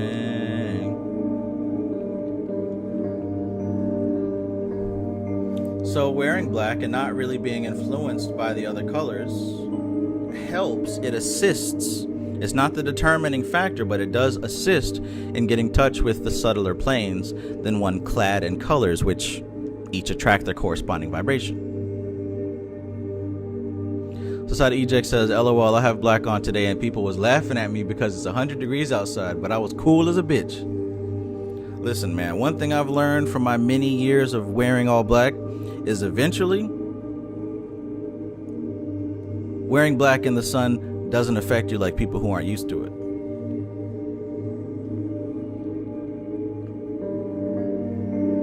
I don't know, something about it.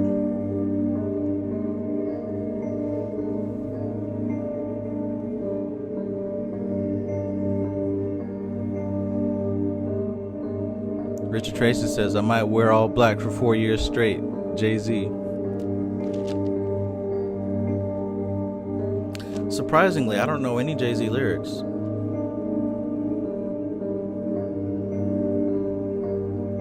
Lance Benefield says, like wearing other colors for chakra work. Yes. Yeah, so as part of a continuing magical practice, in doing your daily rituals, you're supposed, you're supposed to wear certain colors for the corresponding energy of the day. Now, since I only wear black, what I end up doing is I have the lights in my space, you know, blue for Thursday, red for Tuesday, green for Friday, etc. So that's what I do to kind of keep my awareness tuned in with the energy of the day. But traditionally you have your different robes, or at least a different aspect of your garments to correspond with the color of the day. Let's keep going. The custom of tolling the church bell, however. Okay, so she talked about leaving out flowers and candles. She talked about closing the blinds after the person passes away. She talked about wearing black at the funeral. Now she's talking about the tolling of the church bell. However, is as pagan as the keening and wailing at an Irish wake. It is intended to drive away evil spirits and need have no place in Christian burial. It is a great mistake, nay, a blasphemy, to think of our loved ones as dead, or to associate them with the dust that is returning to the earth whence it came. We should think of the vital mind, the ever-living and aspiring spirit, going up and on with its evolution, and calling us to comradeship in that great adventure. It is for this reason that, from the esoteric standpoint, cremation is so much better than burial. For it frees not only the soul of the dead, but the soul of the living. We cannot cling to a handful of dust flying in the wind as we can to a body committed to the ground, returning slowly to Mother Earth. Oh, man. Whew.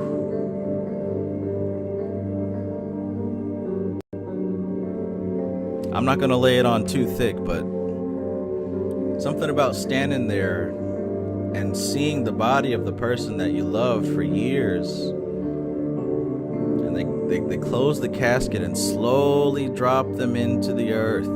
Something about that moment. That's the last time that you'll ever see their face. And you watch that casket going into the ground. Man, that's something else right there.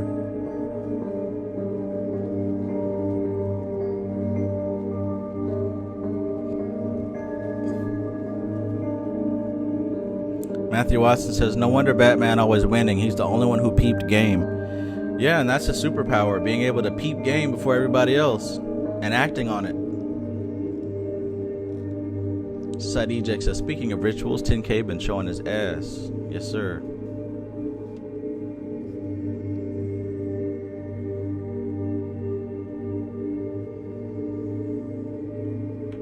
Alora, peace. Good to see you. Laura says, peace and love, my friends. So glad to be here. Thanks to this book, I made an ancestral altar, and I've been communicating with my ancestors. Cool.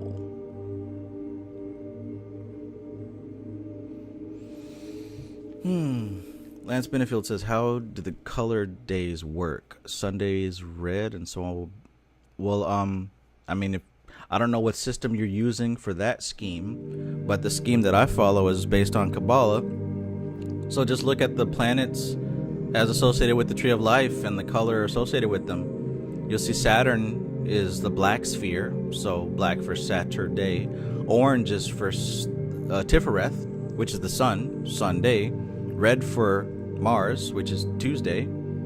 Orange for Mercury, which is Wednesday. Green for Venus, which is Friday. Purple for the moon, which is Monday. Thursday, blue, Jupiter.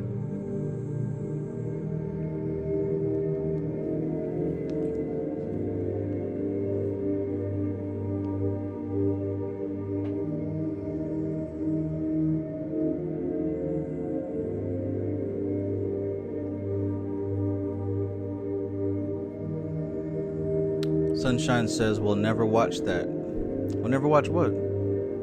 Oh, the burial thing. Gotcha. I feel like it's only to make people cry more.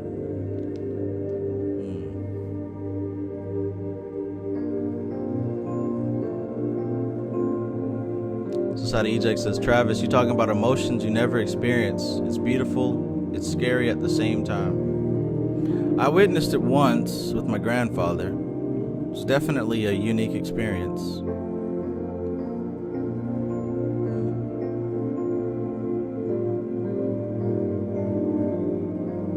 I've been to other funerals, but I believe that's the only time that I've actually, seen whole process like that.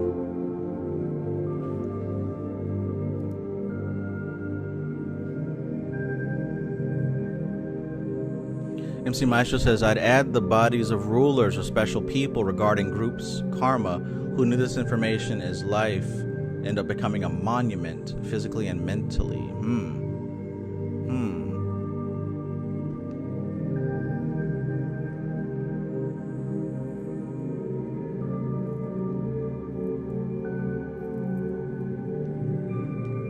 George Washington.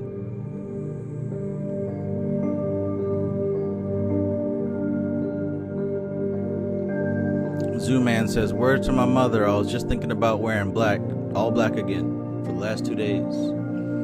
Do it.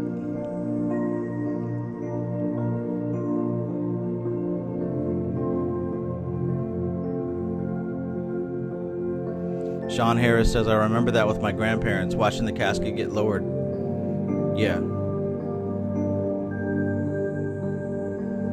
Anna Molly says, what if the burial is for the spirit of the dead so they see it? I don't know, fire might be freaky if raised to be scared of fire.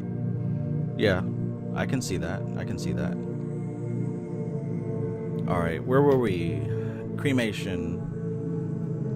Yeah, okay, so she was talking about we cannot cling to a handful of dust flying in the wind as we can to a body committed to the ground, returning slowly to Mother Earth.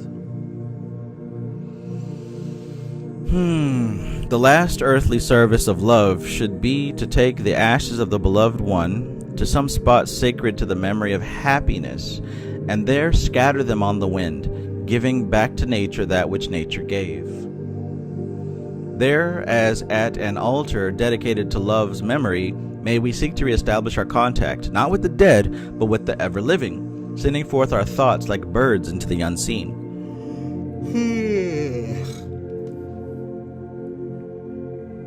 But we cannot do this as long as we identify in thought our loved one with the dead body. Let us return that body to the elements at the earliest possible moment in order that we may free our love from the sense of death. Where cremation is not possible, then I would plant upon the grave some strong growing tree or shrub that shall draw up the etheric life from the earth and give it to the air. I have seen graves that are little gardens, not sealed with a stone, but full of life and beauty. That'd be a nice idea, to have a garden over... I mean, you know, most people wouldn't agree with that because it's not traditional, but that seems like it'd be a better idea, to have a garden over the grave.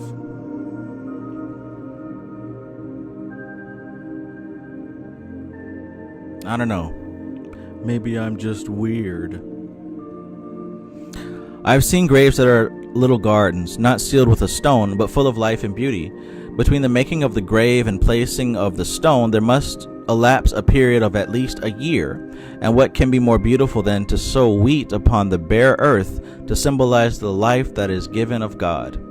For there is a legend that wheat does not belong to the evolution of our earth, but was brought from another planet by that of the Great One, who came without father, without mother, without descent, having neither beginning of days nor end of life. What? Dion Fortune talking about beings from other planets? Never in my life.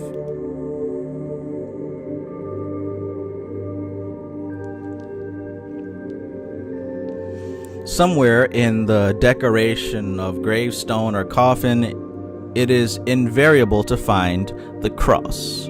Unfortunately, in our ignorance of the science of symbolism, it is almost invariably the Calvary cross that is represented.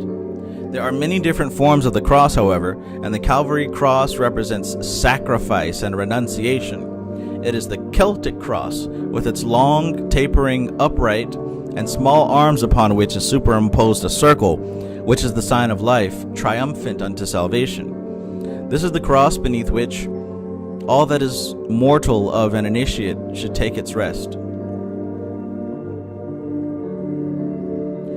To enclose a body in a leaden shell is a relic of barbarism. The soul has finished with the body and cast it off. Why should we seek to preserve it?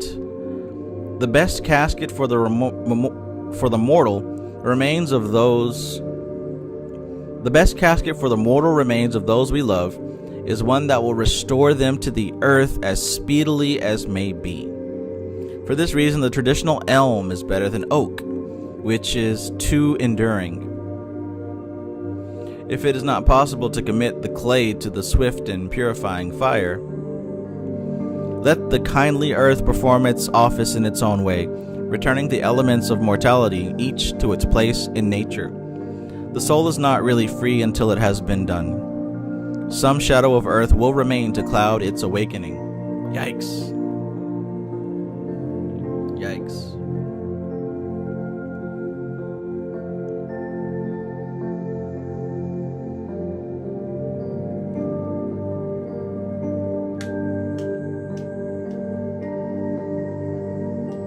Spiritual Libertero. Peace. Spiritual Libertero says, hey, I just came on. I was watching a video you made 4 years ago for summoning. Yes.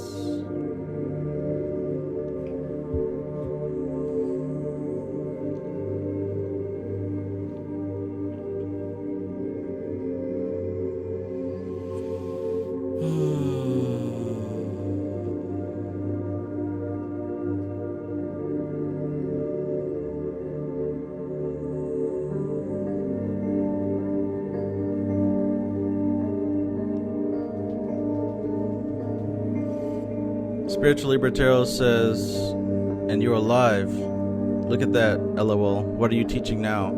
I just came in and I really need to summon. I'm not a troll, I really do need help, but safely. Well, lucky for you, I made an entire class on how to summon any spirit safely, right? Many people here have taken that same class, but if you're interested in that class, it's called the Spirit Summoning Master System. I can send you the link if that's what you'd like. Otherwise, yeah, just make sure that you are able to know exactly what the purpose is, and also know what you're choosing to work with, and hopefully you don't have fear that clouds your thoughts.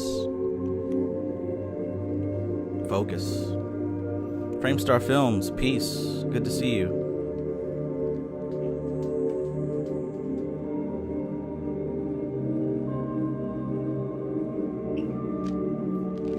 B Field says, I want a burial pod. They put the body inside of this egg-shaped capsule and plant a tree on top. Yeah, those are very nice.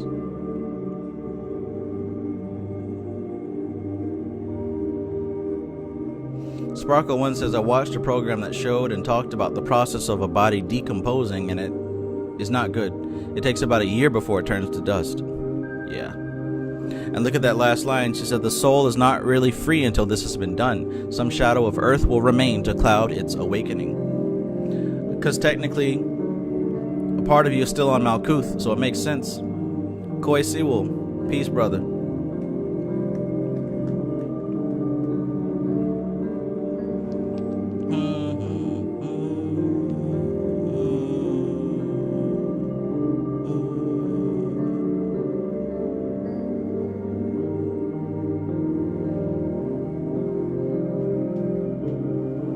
DRW Isis says, I think that since we are nature, that is earth, wind, fire, and water, we should get our choice. We have to remember that the body is still moving. We should listen to Hemet on that. Society Ejex, you literally just read my mind, because that's what I was thinking. Society Ejex says, yo Travis, next week read maybe from the Bihar school. Yeah, that's what I was thinking. There's something about yoga that should be talked about here. We'll look into that.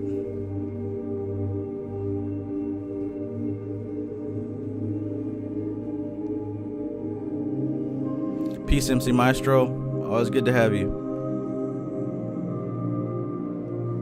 Woo!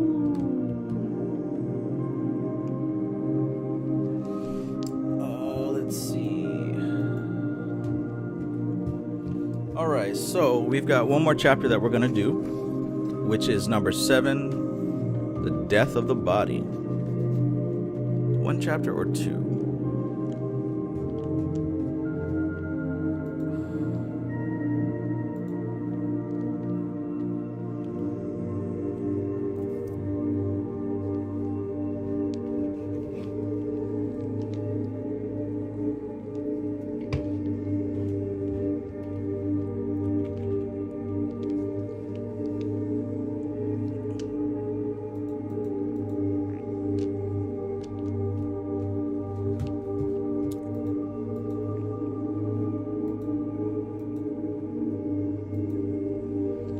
death of the body.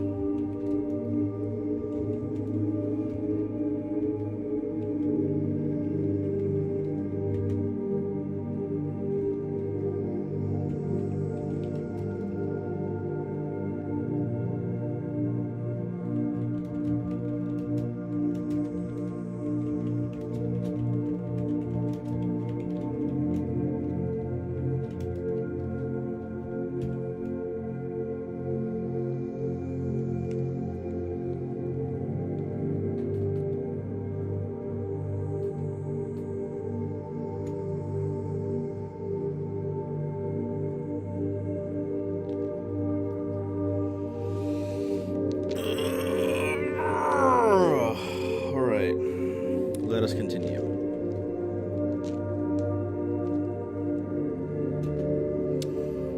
Chapter 7, the death of the body. The human body is a machine, dependent for integrity of its parts and the supply of its working, like any other machine upon the fuel. Let me read that again. The human body is a machine, dependent for integrity of its parts and the supply of its working, like any other machine upon the fuel. It is a machine for generating energy, the energy which is employed by the personality in the process of spiritual unfoldment. For it is by means of the experiences undergone when in the body that the soul gathers together the raw material which it works upon in the process of evolution. The occultist is therefore not sentimental over the physical body, but endeavors to keep it in good repair while he has it, because good work cannot be done with a bad tool. We should learn to think of death as part of the processes of growth. A caterpillar dies as a worm to be reborn as a butterfly. In many of the lower forms of existence, the cycle of life goes on under our eyes. In the higher forms, however, part of the cycle takes place in the visible sphere of matter and part of it in the invisible sphere of the mind. What we call birth is the process of taking on a physical body, and what we call death is the process of discarding it. And as the processes of birth include more than just the labor, so does the processes of death include more than just the passing of the breath. Good point. Society Eject says, so is she saying the body is a tool? I would say look at the relationship between the physical body and the symbol that we call Malkuth.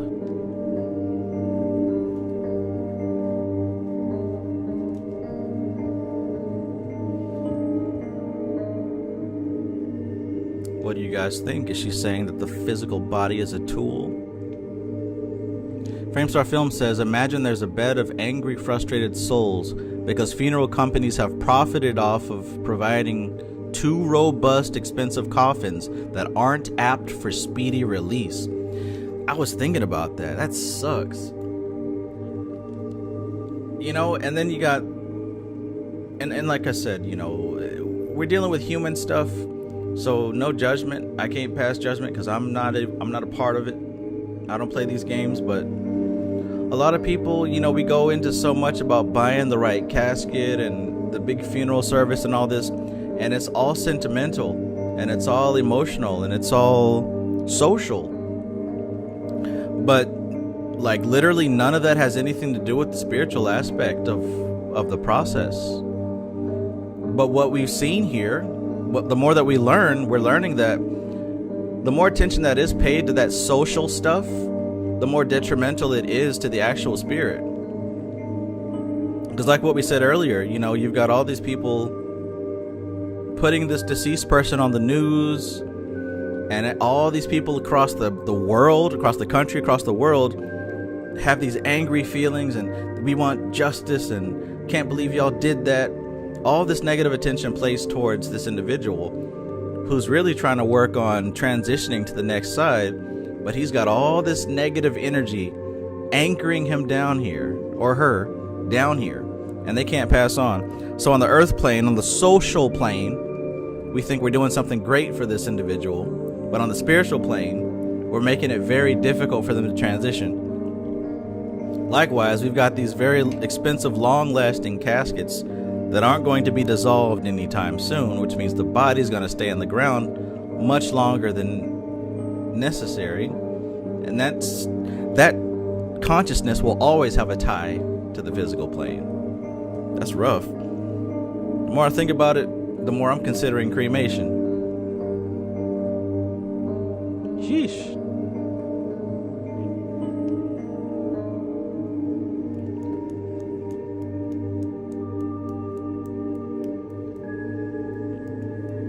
DRW ISIS says, I think that's why the Muslims don't use a casket so the body decomposes quickly to let the soul out. Gotta remember, this is the white man's burial.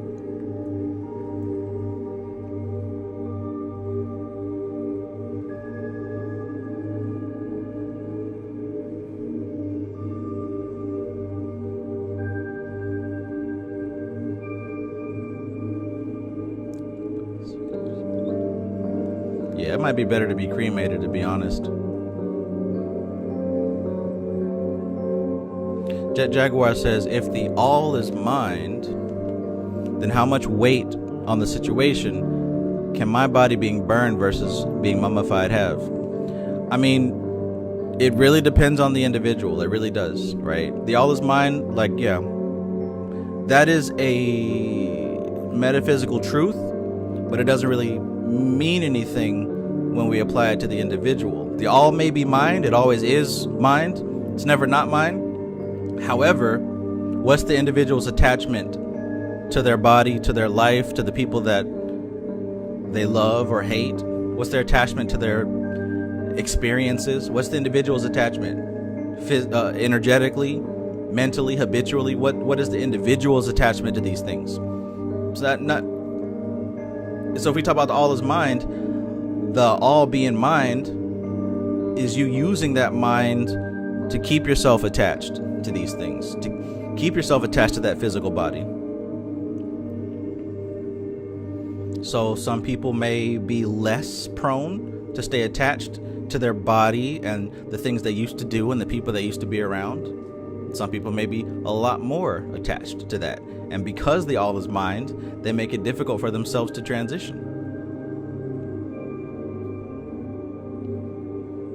The universe is mental.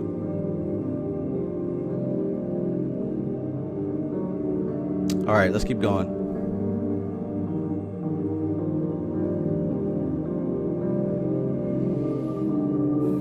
Anna Molly says, I'm barely attached right now. It's not going to matter when they let me go. I'm going to be gone. Amen to that. Amen to that. But see, everyone can't say that. Right? Now, for someone who is very attached to their life after they die, if their body becomes cremated, it's much easier for them to let go. It's much easier for them to let go because that anchor to Malkuth is no longer there. Just got to remember, while we do talk about the spiritual things, the majority of people are not in control, or should I say, aren't aware of these type of possibilities.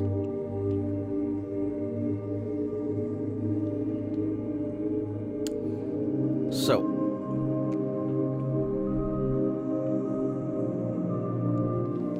yeah, we're talking about death, right? Ooh, that's a good point, B. Fields. B. Fields says, beyond the casket, most people get embalmed, which preserves the body for a long time. Oh, I forgot about that part too, yeah. And notice, like, all this stuff is done for the social aspect. All this stuff is done for the social aspect. No consideration for the spiritual aspect whatsoever. But hey, who knows? Let's keep going. So like what she just said there was, what we call birth is the process of taking on a physical body, and what we call death is the process of discarding it. And as the process of birth includes more than just the labor, so does the process of death include more than just the passing of breath. If, of course, by death we simply mean the stopping of the human machine, then death is an instantaneous occurrence, such as it is popularly believed to be. So if we think of death as just the stopping of the machine, okay, sure. But if by death we mean the sum total of the processes which constitute the transition from one phase of existence to another, we are speaking of death as the esotericist understands it, and it is in this sense that we shall consider it in these pages.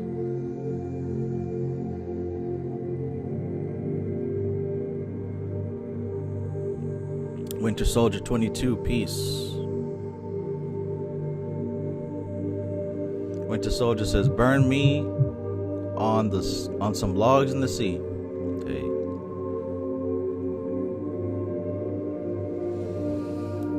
Embalming fluid.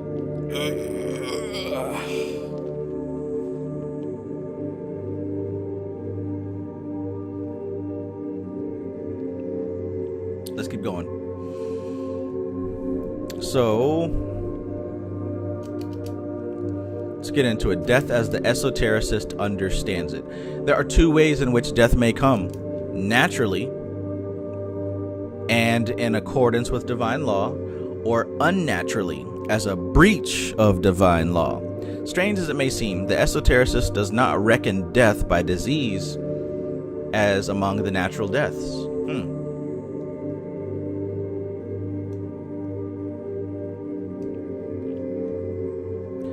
Framestar Film says, not sure it was your intention, Trav, or it's been mentioned already, but a book of the dead process could be integrated into one's shadow work and sending off your darkness into the light.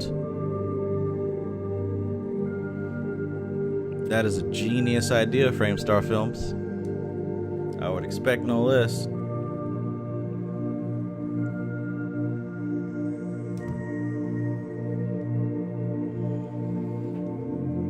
DRW Isis says, I'm claustrophobic, so I'm burned. Ha. Well, technically, your ego is claustrophobic, but your body isn't. So I think by the time it's time for that, your body wouldn't mind. Oath says, put me on the grill and feed me to the trees. On the grill.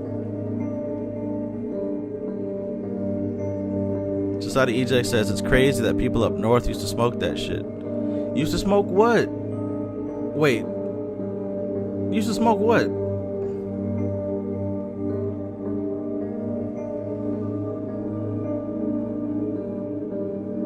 Okay, so she says that natural death and also unnatural death. She says that surprisingly, the esotericist does not consider death by disease a natural death.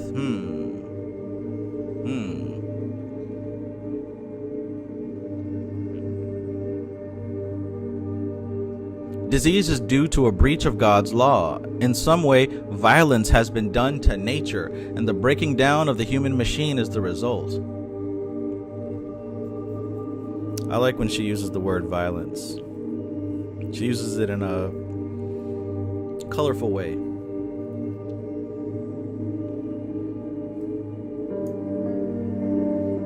Like trying to force Pluto, Neptune, and Uranus on the tree of life. She said that's doing violence to the tree.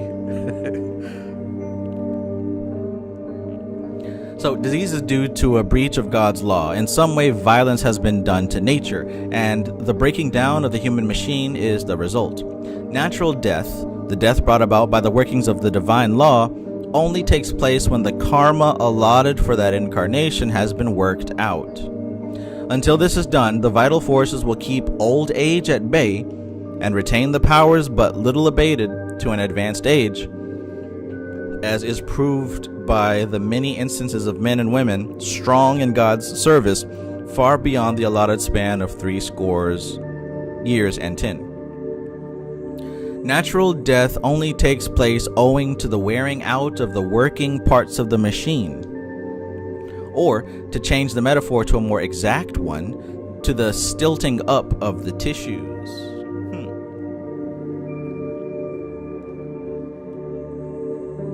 The machine depends for its working upon the balance of its intake and output, technically known as metabolism.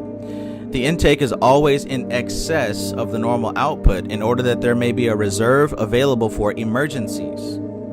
In childhood and adolescence, this extra intake is absorbed in growth. During maturity, it's absorbed in reproduction. That which is not absorbed in physical reproduction is, or should be, worked off in some emotionally satisfying pursuit, whether of work or play.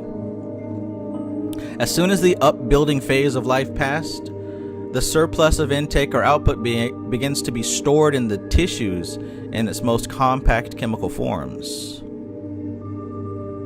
Hence, the wise and witty saying that a man is as old as his arteries.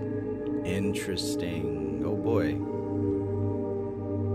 There are various ways in which natural death may come. As time goes on, the heart finds it more and more difficult to pump the blood through increasingly inelastic channels of the arteries, and the blood supply to the various organs becomes inadequate, and one or another may in consequence get out of order and cease to function, thus depriving the system of some essential product or service, and so stopping the machine.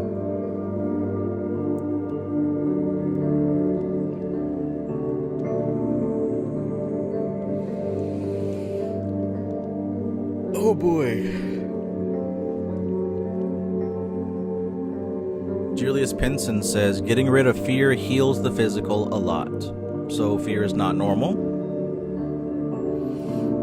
Fear is absolutely normal as a reaction. What is abnormal is depending on how we react to that fear. Fear is a difficult thing to get rid of. What's a lot easier to get rid of is inefficient reactions to fear.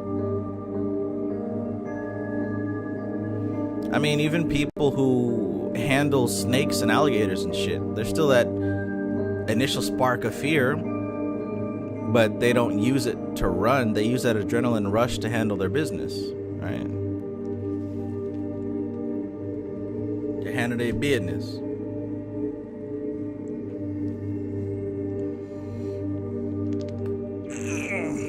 Alondro Pipito says, am a homosexual. What's that got to do with anything? Anna Molly says, fear is cortisol. Long-term, bad for the body. Causes inflammation, heart problems, etc. That's funny. Let's continue. Hence the wise and witty saying that a man is as old as his arteries. There are various ways in which natural death may come. As time goes on, the heart finds it more and more difficult to pump the blood through the increasingly inelastic channels of the arteries. The blood supply to the various organs becomes inadequate, and one or another may, in consequence, get out of order and cease to function, thus depriving the system of some essential product or service, and so stopping the machine. Or one of the smaller arteries, usually in the brain, may become so weakened that it can no longer cope with the increasing pressure of the blood pumped by a still adequate heart, and finally bursts, causing the well-known phenomena of a stroke. Ooh. Check that out.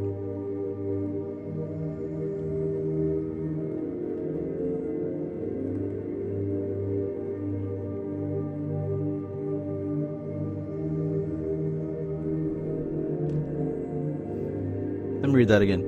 Or one of the smaller arteries, usually the brain, may become so weakened that it can no longer cope with the increasing pressure of the blood pumped by a still adequate heart, and finally bursts, causing the well-known phenomena of a stroke. Equally, the heart on its part may no longer be able to overcome the resistance of the arteries, and finally stops its rhythmical drive at the time of lowest vitality, usually the small hours of the night, and the person dies in his sleep. This is true, normal, harmonious form of death. It is ushered in not by any definite disease, but by a gradually increasing tendency to fatigue, revealed and compensated by the steady rising of the tide of sleep. More and more of the 24 hours being spent in tranquil oblivion until finally consciousness is withdrawn and never returns. It is thus that the soul passes when it has fulfilled its task and has no more to do in the earth life of that incarnation.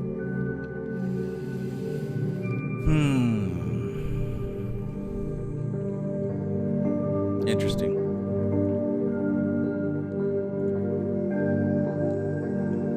The unnatural or pathological death of the body is brought about by some external agency, either the mechanical injury of a vital part, the poisoning of the vital processes, whether by some substance taken into the body, or by the excrete of bacteria that have found lodgment in the tissues, or by the deprivation of an adequate supply of some factor necessary to the fueling of the machine, whether it be food, vitamins, water, air, or sunlight.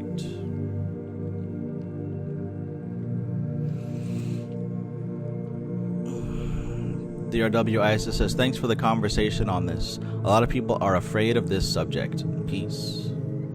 Peace.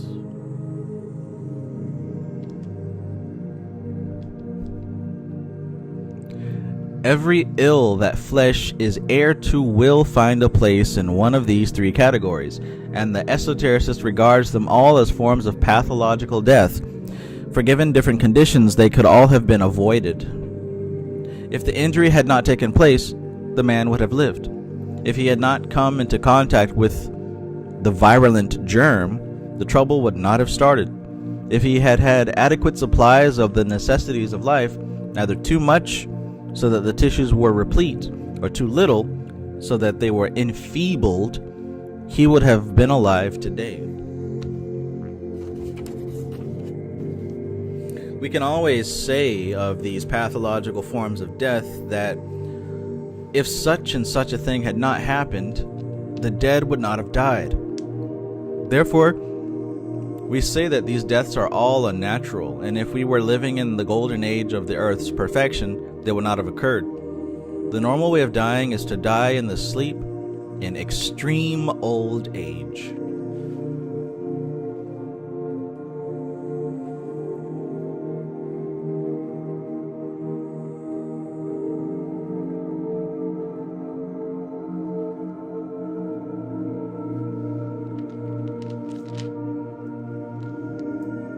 Dear W. Isis says, I do what Bruce Lee says, always stay calm.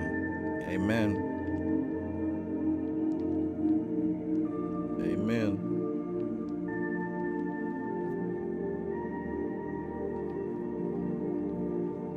Okay, I suppose we can read this this next chapter, chapter 8. Going to meet death. Alright. Going to meet death. Alright, so I'm going to take just a quick break. If you haven't hit the like button for this video, go ahead and do that. Because obviously if you're here, you like this. So show that you like it by hitting the like button. Also, if you did not catch my video premiere yesterday, after this video, go back to my YouTube channel and check the video that I released. It's called A Seed of Chaos. This is a very good video that may assist you in your understanding of chaos magic. Speaking of chaos magic as well, if you haven't heard or seen, I've completely revamped my membership, the Magus Society. And if you haven't checked that out, go ahead and check it out. I'll leave a link here in the chat. If you're still interested and don't really know what it's about, there is a 1-week trial that you can come in and sample everything, see if you like it. And if you love it, which you will, you can continue on with it. Alright, so I'll be right back. And then we'll finish up this last chapter.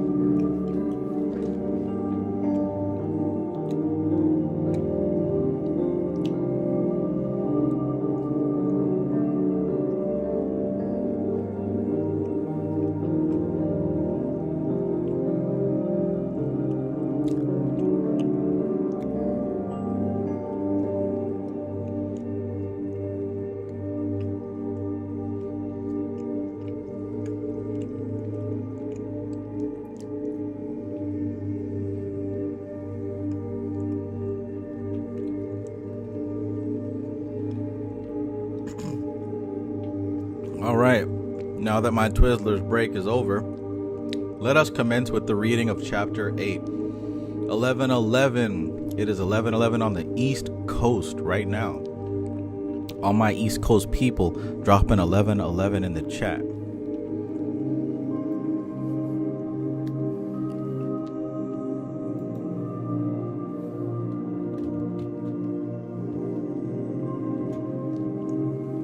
Even if you're just on the East Coast in spirit.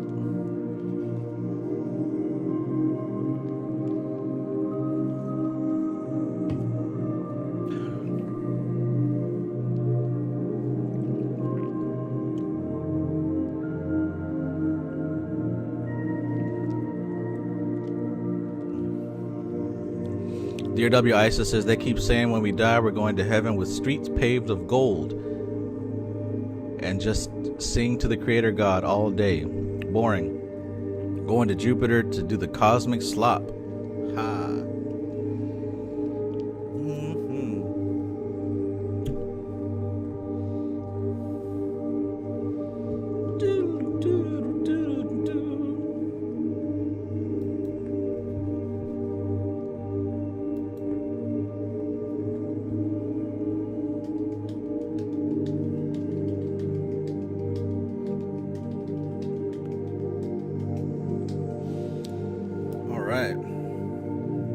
Miss Chris, peace. Corporeal Chaos Consulting, peace, peace.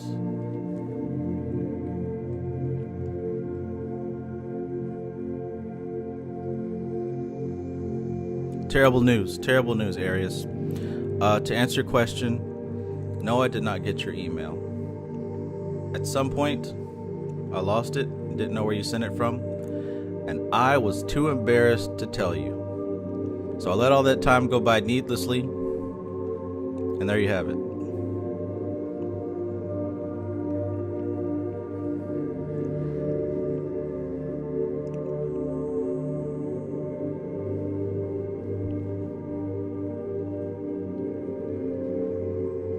All right. Chapter 8, Going to Meet Death. If we are filled with terror at the thought of death coming for us, let us go to meet him at our leisure. If we are filled with terror at the thought of death coming for us, let us go meet him at our leisure. This may seem a strange idea, but there's a great deal in it that is essentially sensible and practical. There are several religions, notably the Roman Catholic and the Buddhist, which instruct their followers to meditate regularly upon their own deaths. This is a very valuable discipline, and we should all be the better for pursuing it. How many people are afraid to meditate on their own death? Don't be scared. That's a daunting task, right? I've been reluctant to do it, but I've done it. I've been reluctant in the past to do it because, and here's why, because I remember being the kind of person that's like, oh, well, I don't want to meditate on my death because I don't want to manifest it. You ever thought that before? Oh, well, I don't want to think about those bad things because I don't want to manifest them, right? I've been through that, and I've known other people who've gone through that. You know, it's normal. But there's something that is freeing right there at the doorway of that thing that you're scared of, right? When you face it, when you cross it, what often happens, at least in my experience, is that you turn around and you say, wow, I was scared of that. That's what was holding me back this whole time. I could have been done this. Same thing with meditating on your death.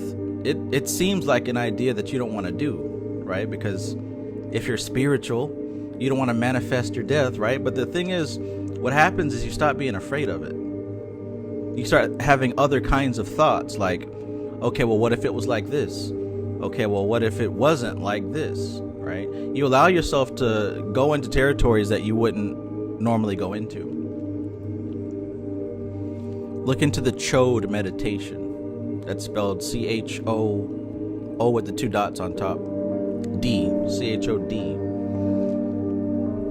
It's a Tibetan style meditation about your death, in particular, you being sacrificed, basically. Look that up if you're interested.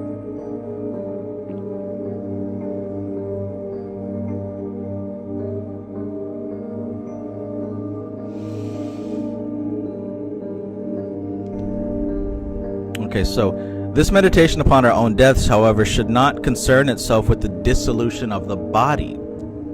The body is not the real I. When it is cast off, it is but common clay, and we are no longer in any way concerned with it. Let the living care for it for sanitary reasons, not superstitious ones.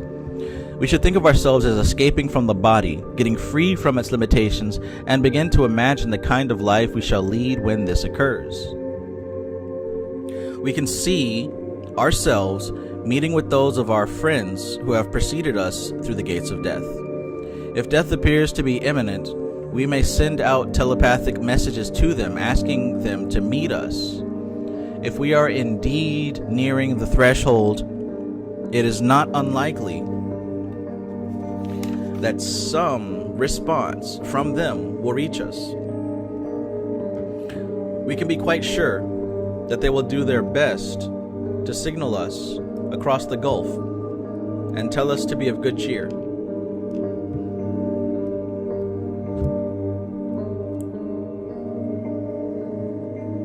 But unless we have some psychic development, we may fail to perceive their answering signals.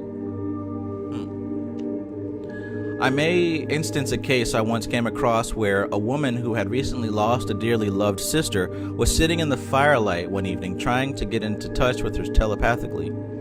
She tried for same time without success. When her attempts at concentration were disturbed by her sister's dog, who was lying at her feet, and who appeared to be hunting in his dreams, as dogs do. Suddenly he woke up and looked about him in surprise as if expecting to see someone, and then rushed from room to room of the house barking joyously. This was the first time he had shown any interest or animation since his mistress's death. My friend was of the opinion that she had succeeded in summoning her sister, but had not been able to perceive her. Dogs, however, are notoriously psychic, and the dead woman's pet had sensed her presence. Aww. His experience being interpreted in his dream, even as our own are, and he awoke so firmly convinced that he had seen his mistress that he ran through every room, barking and looking for her. My friend told me that nothing could have been more convincing to her than this simple little manifestation of a dog's experience.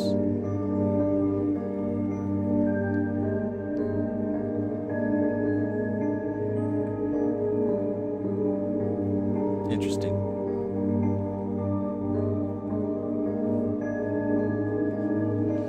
Framestar says, a celebration of life is inextricably a celebration of death and vice versa.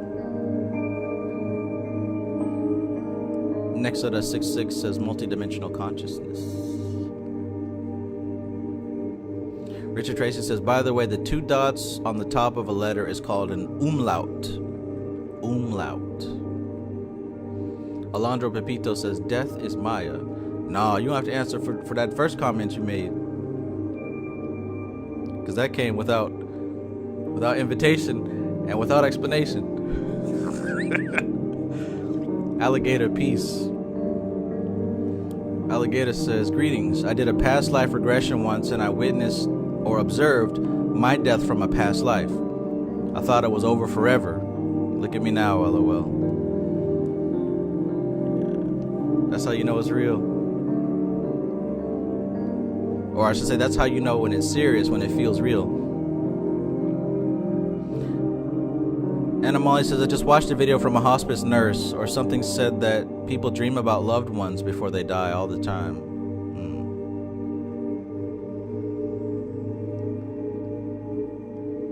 Indigo Blackbird says, birth and death is all a part of the same cycle. Both require preparation, processing, and a result afterward.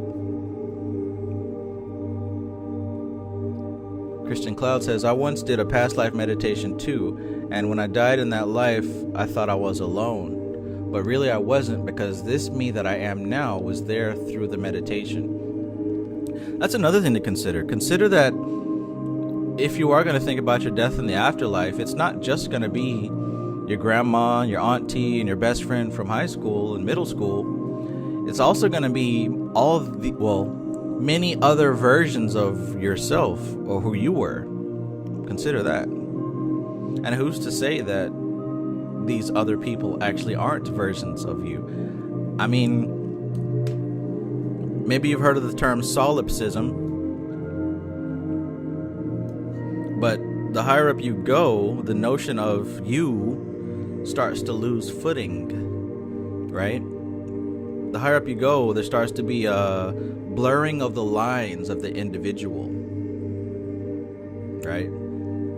It's easy to, identify yourself because you have this body. But a part of what she's talking about here that's actually not being said is the further we get away from the physical manifestation, at some point you're going to have to stop and look at yourself and ask that question.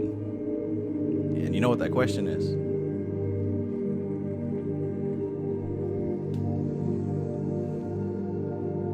Because if you use this body to define yourself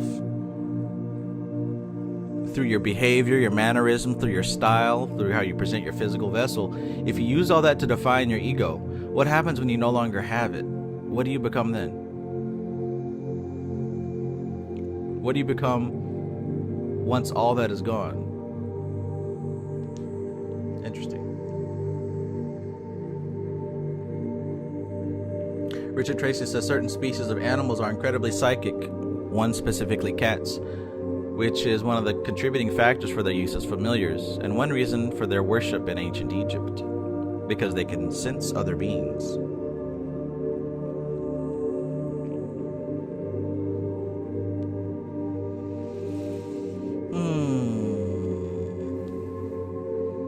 Christian Cloud says, it makes me think that we can tap into the quanta from other lives when we die and need the energy, which I feel we can.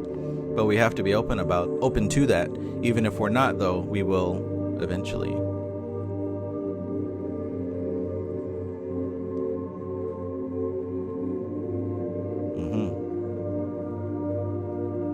All right, let's continue.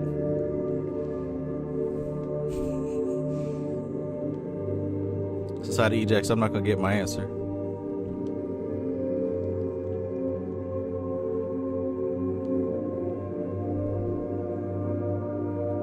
But in addition to those personal friends in whose affection we have confidence, there are others upon the inner planes whose companionship we may seek and whose acquaintance we may make even before we pass over.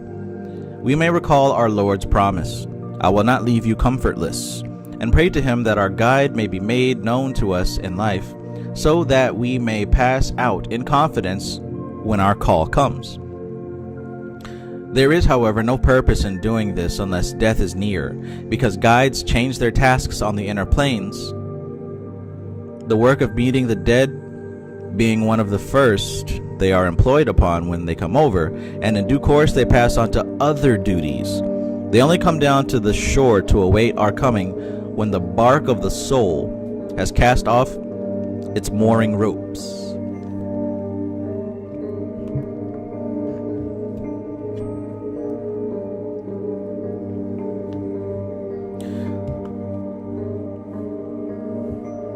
The research that has been done by spiritualists has revealed what very important work goes on in that part of the spirit world which is contiguous on the earth plane. There is abundant evidence from innumerable sources that the bands of invisible helpers are highly organized and that no soul is allowed to pass out alone and unaided. When a ship is about to sail, she hoists the Blue Peter, and everyone who has business with her hastens aboard. When the soul is about to depart from the body, it too flies a signal, and there are those on the inner planes whose business is to watch for those signals and see to it that all traveling souls are guided and guarded and welcomed as they move from out are born of time and space. Woo! Vincent L. Cristol, peace, peace. Let me go back to that. When the soul is about to depart from the body, it too flies a signal.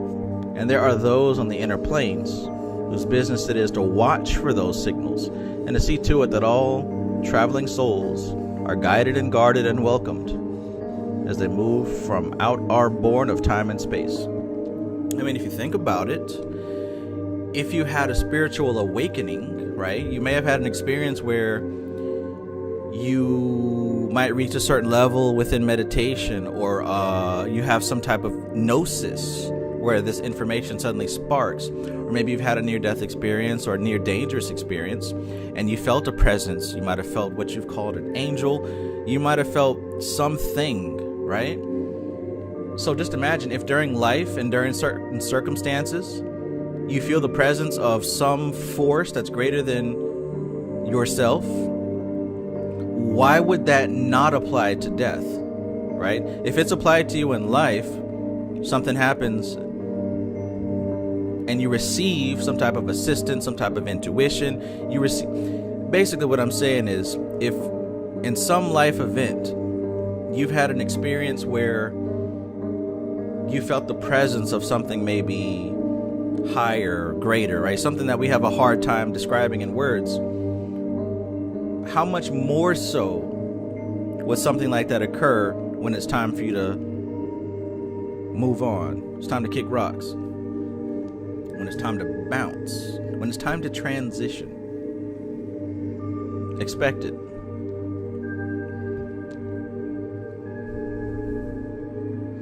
Even when the star of death, the Death Star? Even when the star of death is below the horizon, we do well to familiarize ourselves with the nature of the afterlife states, in order that we may become accustomed to the idea of them, that they may not seem strange or terrible to us. We can rob death of its terrors in this way more effectively than in any other. Moreover, we may meet someone who is hag-ridden by that cruel and terrible fear of death, which secretly afflicts so many who have been brought up in the cold concept of death and hell.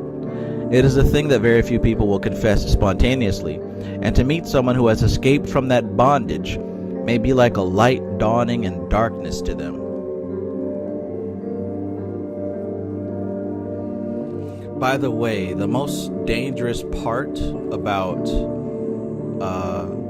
making a mistake in a ritual dealing with a grimoire or necromancy or working with demons and all that stuff, the worst part of that is you. The worst thing that you can do, messing with a grimoire, necromancy, or any dark magic like that, is yourself being structurally unsound, having a foundation that is not fit for working magic. That's the worst part of working with those types of forces.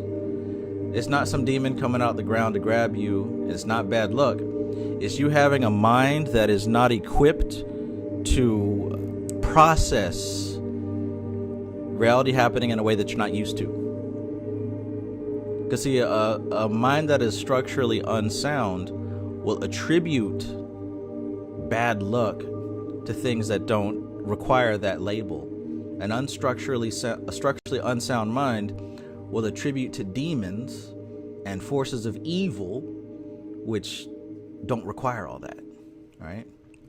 So the worst part of working with grimoires and black magic and all that stuff is a mind that is not stable or mature in spiritual work. In other words, you're going to bring harm to yourself because you're categorizing things in ways that are going to hurt you. And you see that often with people who cast their fears and their hatred upon the boogeyman of the world. I just threw that in there because she mentioned this Death Star.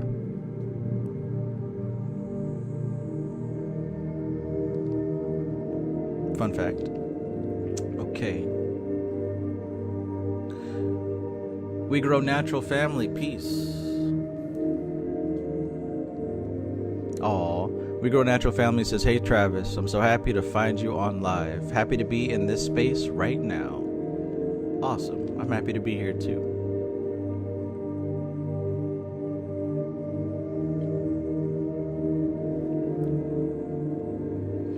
Framestar Film says, maybe just as there are difficult lessons in this life, who's to say there won't be in the next, just at a higher vibrational level, if we make it past reincarnation, that is.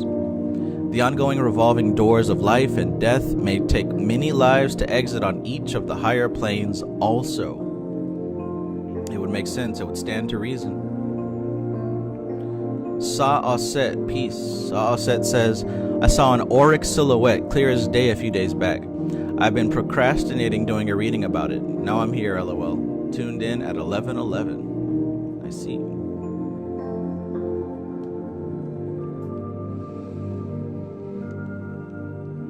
Alondra Pepito says, Crowley stated that the demons of the Goetia are subjective.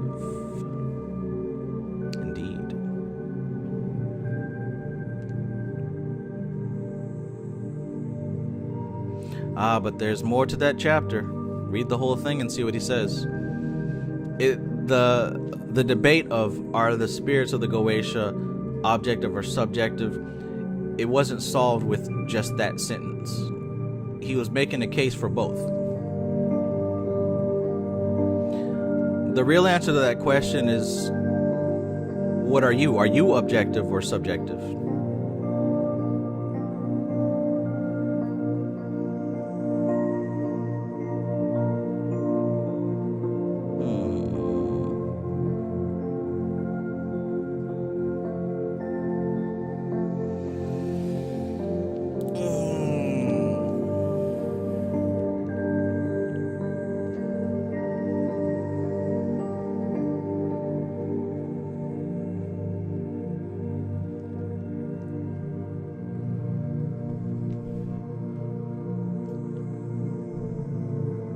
Moreover, we may meet someone who is hag-ridden by that cruel and terrible fear of death, which secretly afflicts so many who have been brought up in the old concepts of death and hell. It is a thing that very few people will confess spontaneously, and to meet someone who has escaped from that bondage may be like a light dawning in darkness to them. In other words, there are a lot of people who are trained to be afraid of death and hell, right? A lot of people.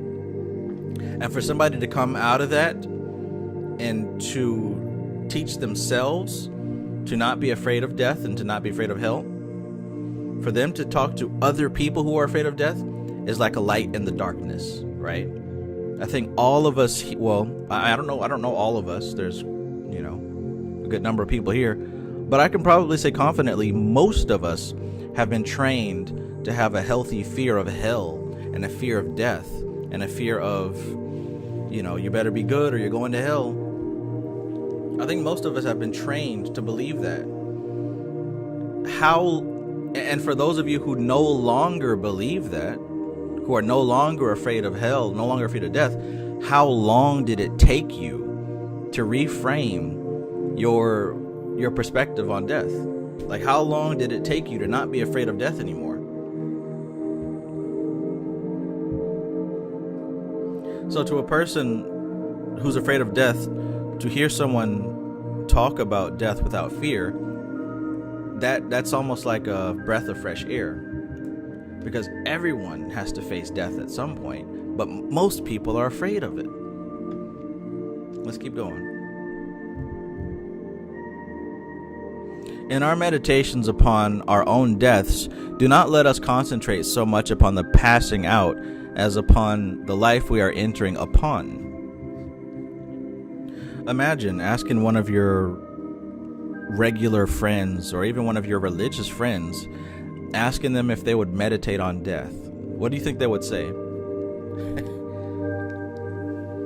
What do you think if you were to ask somebody who's not into this stuff right here, or if you told them that you've done meditations on death, how do you think that they would take that? How do you think they would respond to that?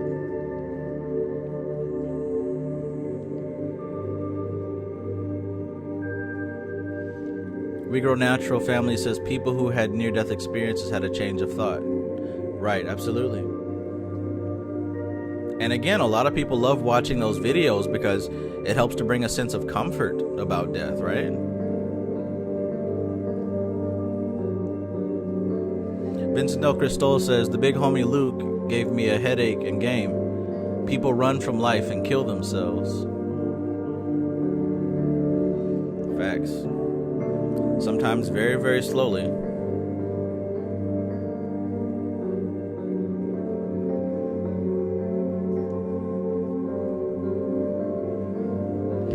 Whoops.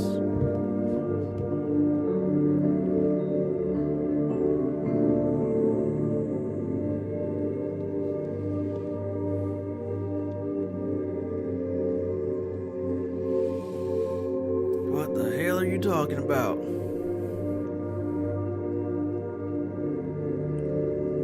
Pro-life. Alright, so in our meditations upon our own deaths, do not let us concentrate so much upon the passing out as upon the life we're entering upon. Let us think joyously of the new hopes and activities that are opening up before us. We shall be free of the cumbrance of the body, which, as our time draws near, becomes increasingly a drag upon our activities. We shall rise up in the body of light, as it is called by the ancients, and the burden of the old age and ill health will have fallen from us. And we shall be vigorous of form, and clear and buoyant in consciousness. In death we literally take on a new lease of life. We shall enter upon that new life with all the vigor and enthusiasm of youth, for we are indeed born again.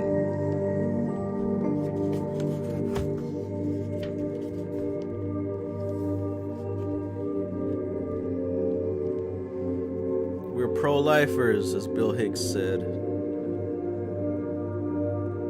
Pro-life. Well,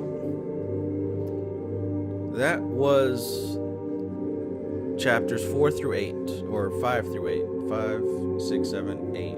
So 1, 2, 3, 4, 5, 6, 7, 8. 5, 6, 7, 8. Yeah, okay, we're good.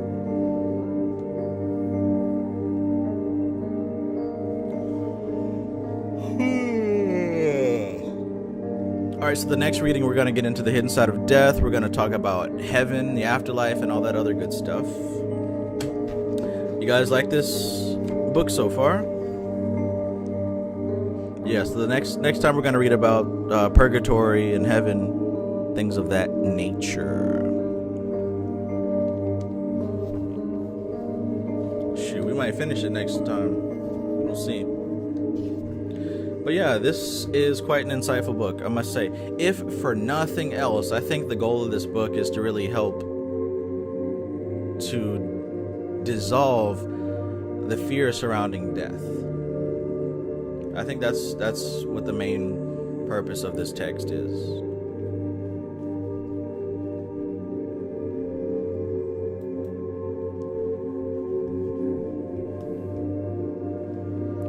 Sparkle 1 says, I used to be afraid of skulls and merchandise with them on it. Now I have one in my home. That's how it goes, right? And it's almost as if the bigger the fear that you had earlier was just flipped inside out, right? It's like the fear turned into love. It's the same degree, it's just the level changed. Or I should say the classification changed.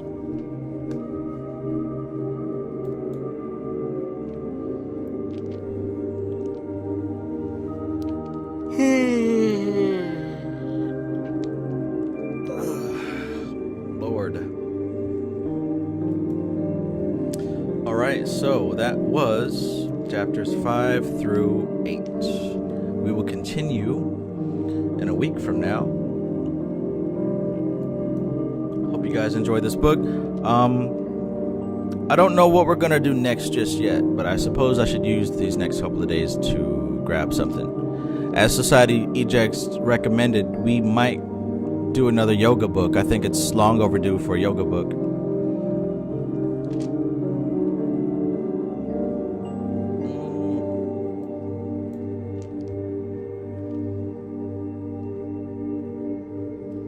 Might even do some chaos magic. I don't know. What are you guys into lately? What are you guys gravitating towards? Seems like a lot of people are interested in this particular subject about death and the afterlife. I guess we'll just have to play it by ear. Let the spirits whisper it to me, as they usually do.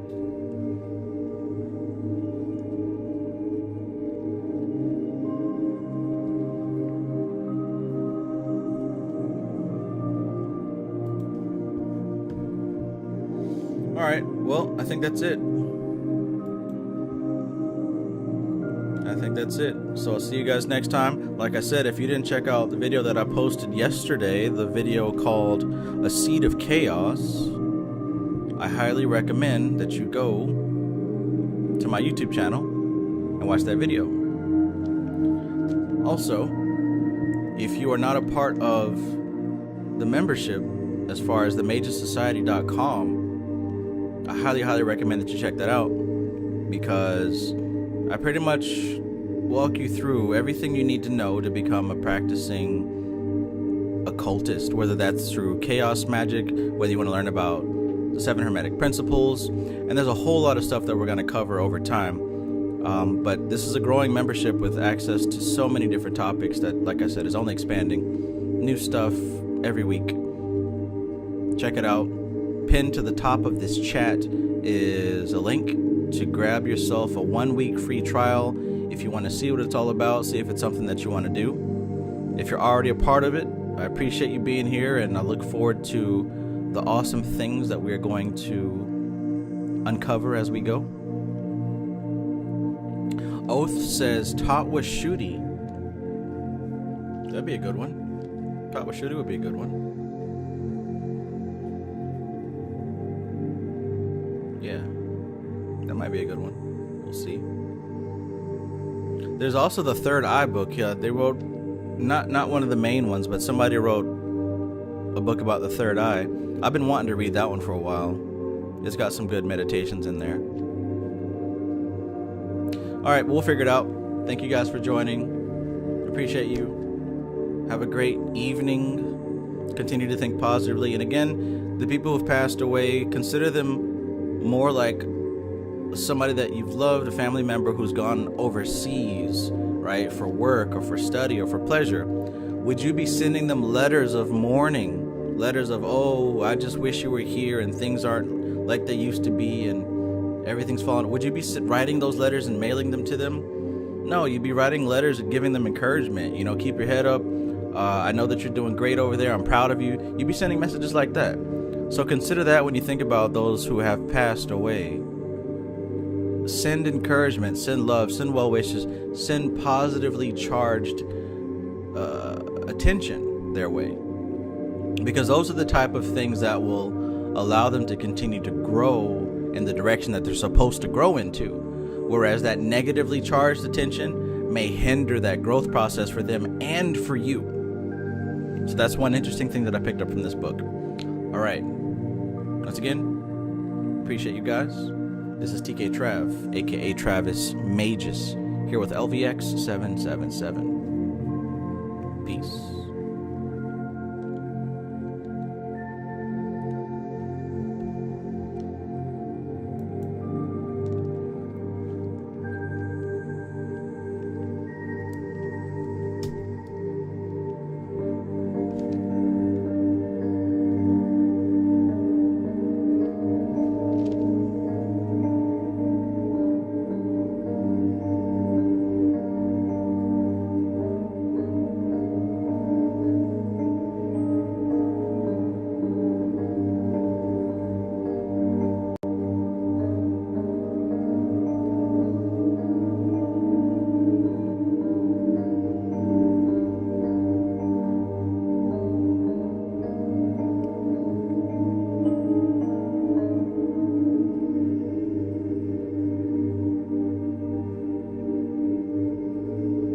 That's a good question, Framestar.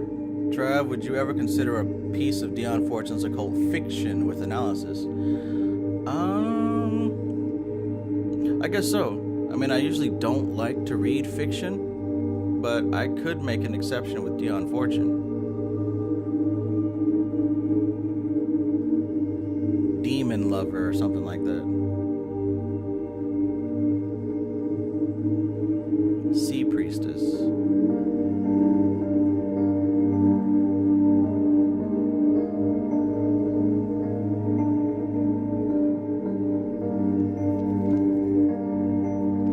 Alright, everybody. Get you on the interwebs.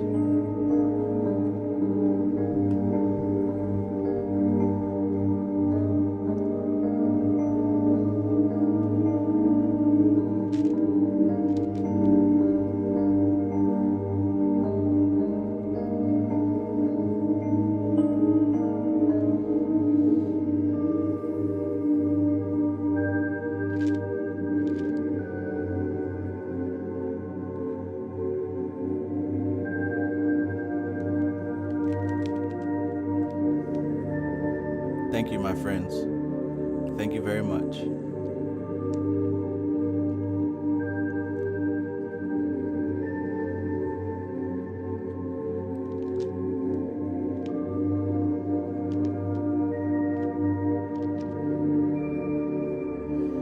Keep your head up. I hope you're enjoying this new Leo season. Had to whip the lion's mane out for this one.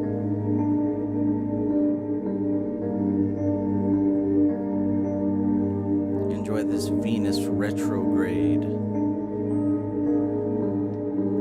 Thank you, Anna Molly, for that information. Alright, seriously though, gotta go.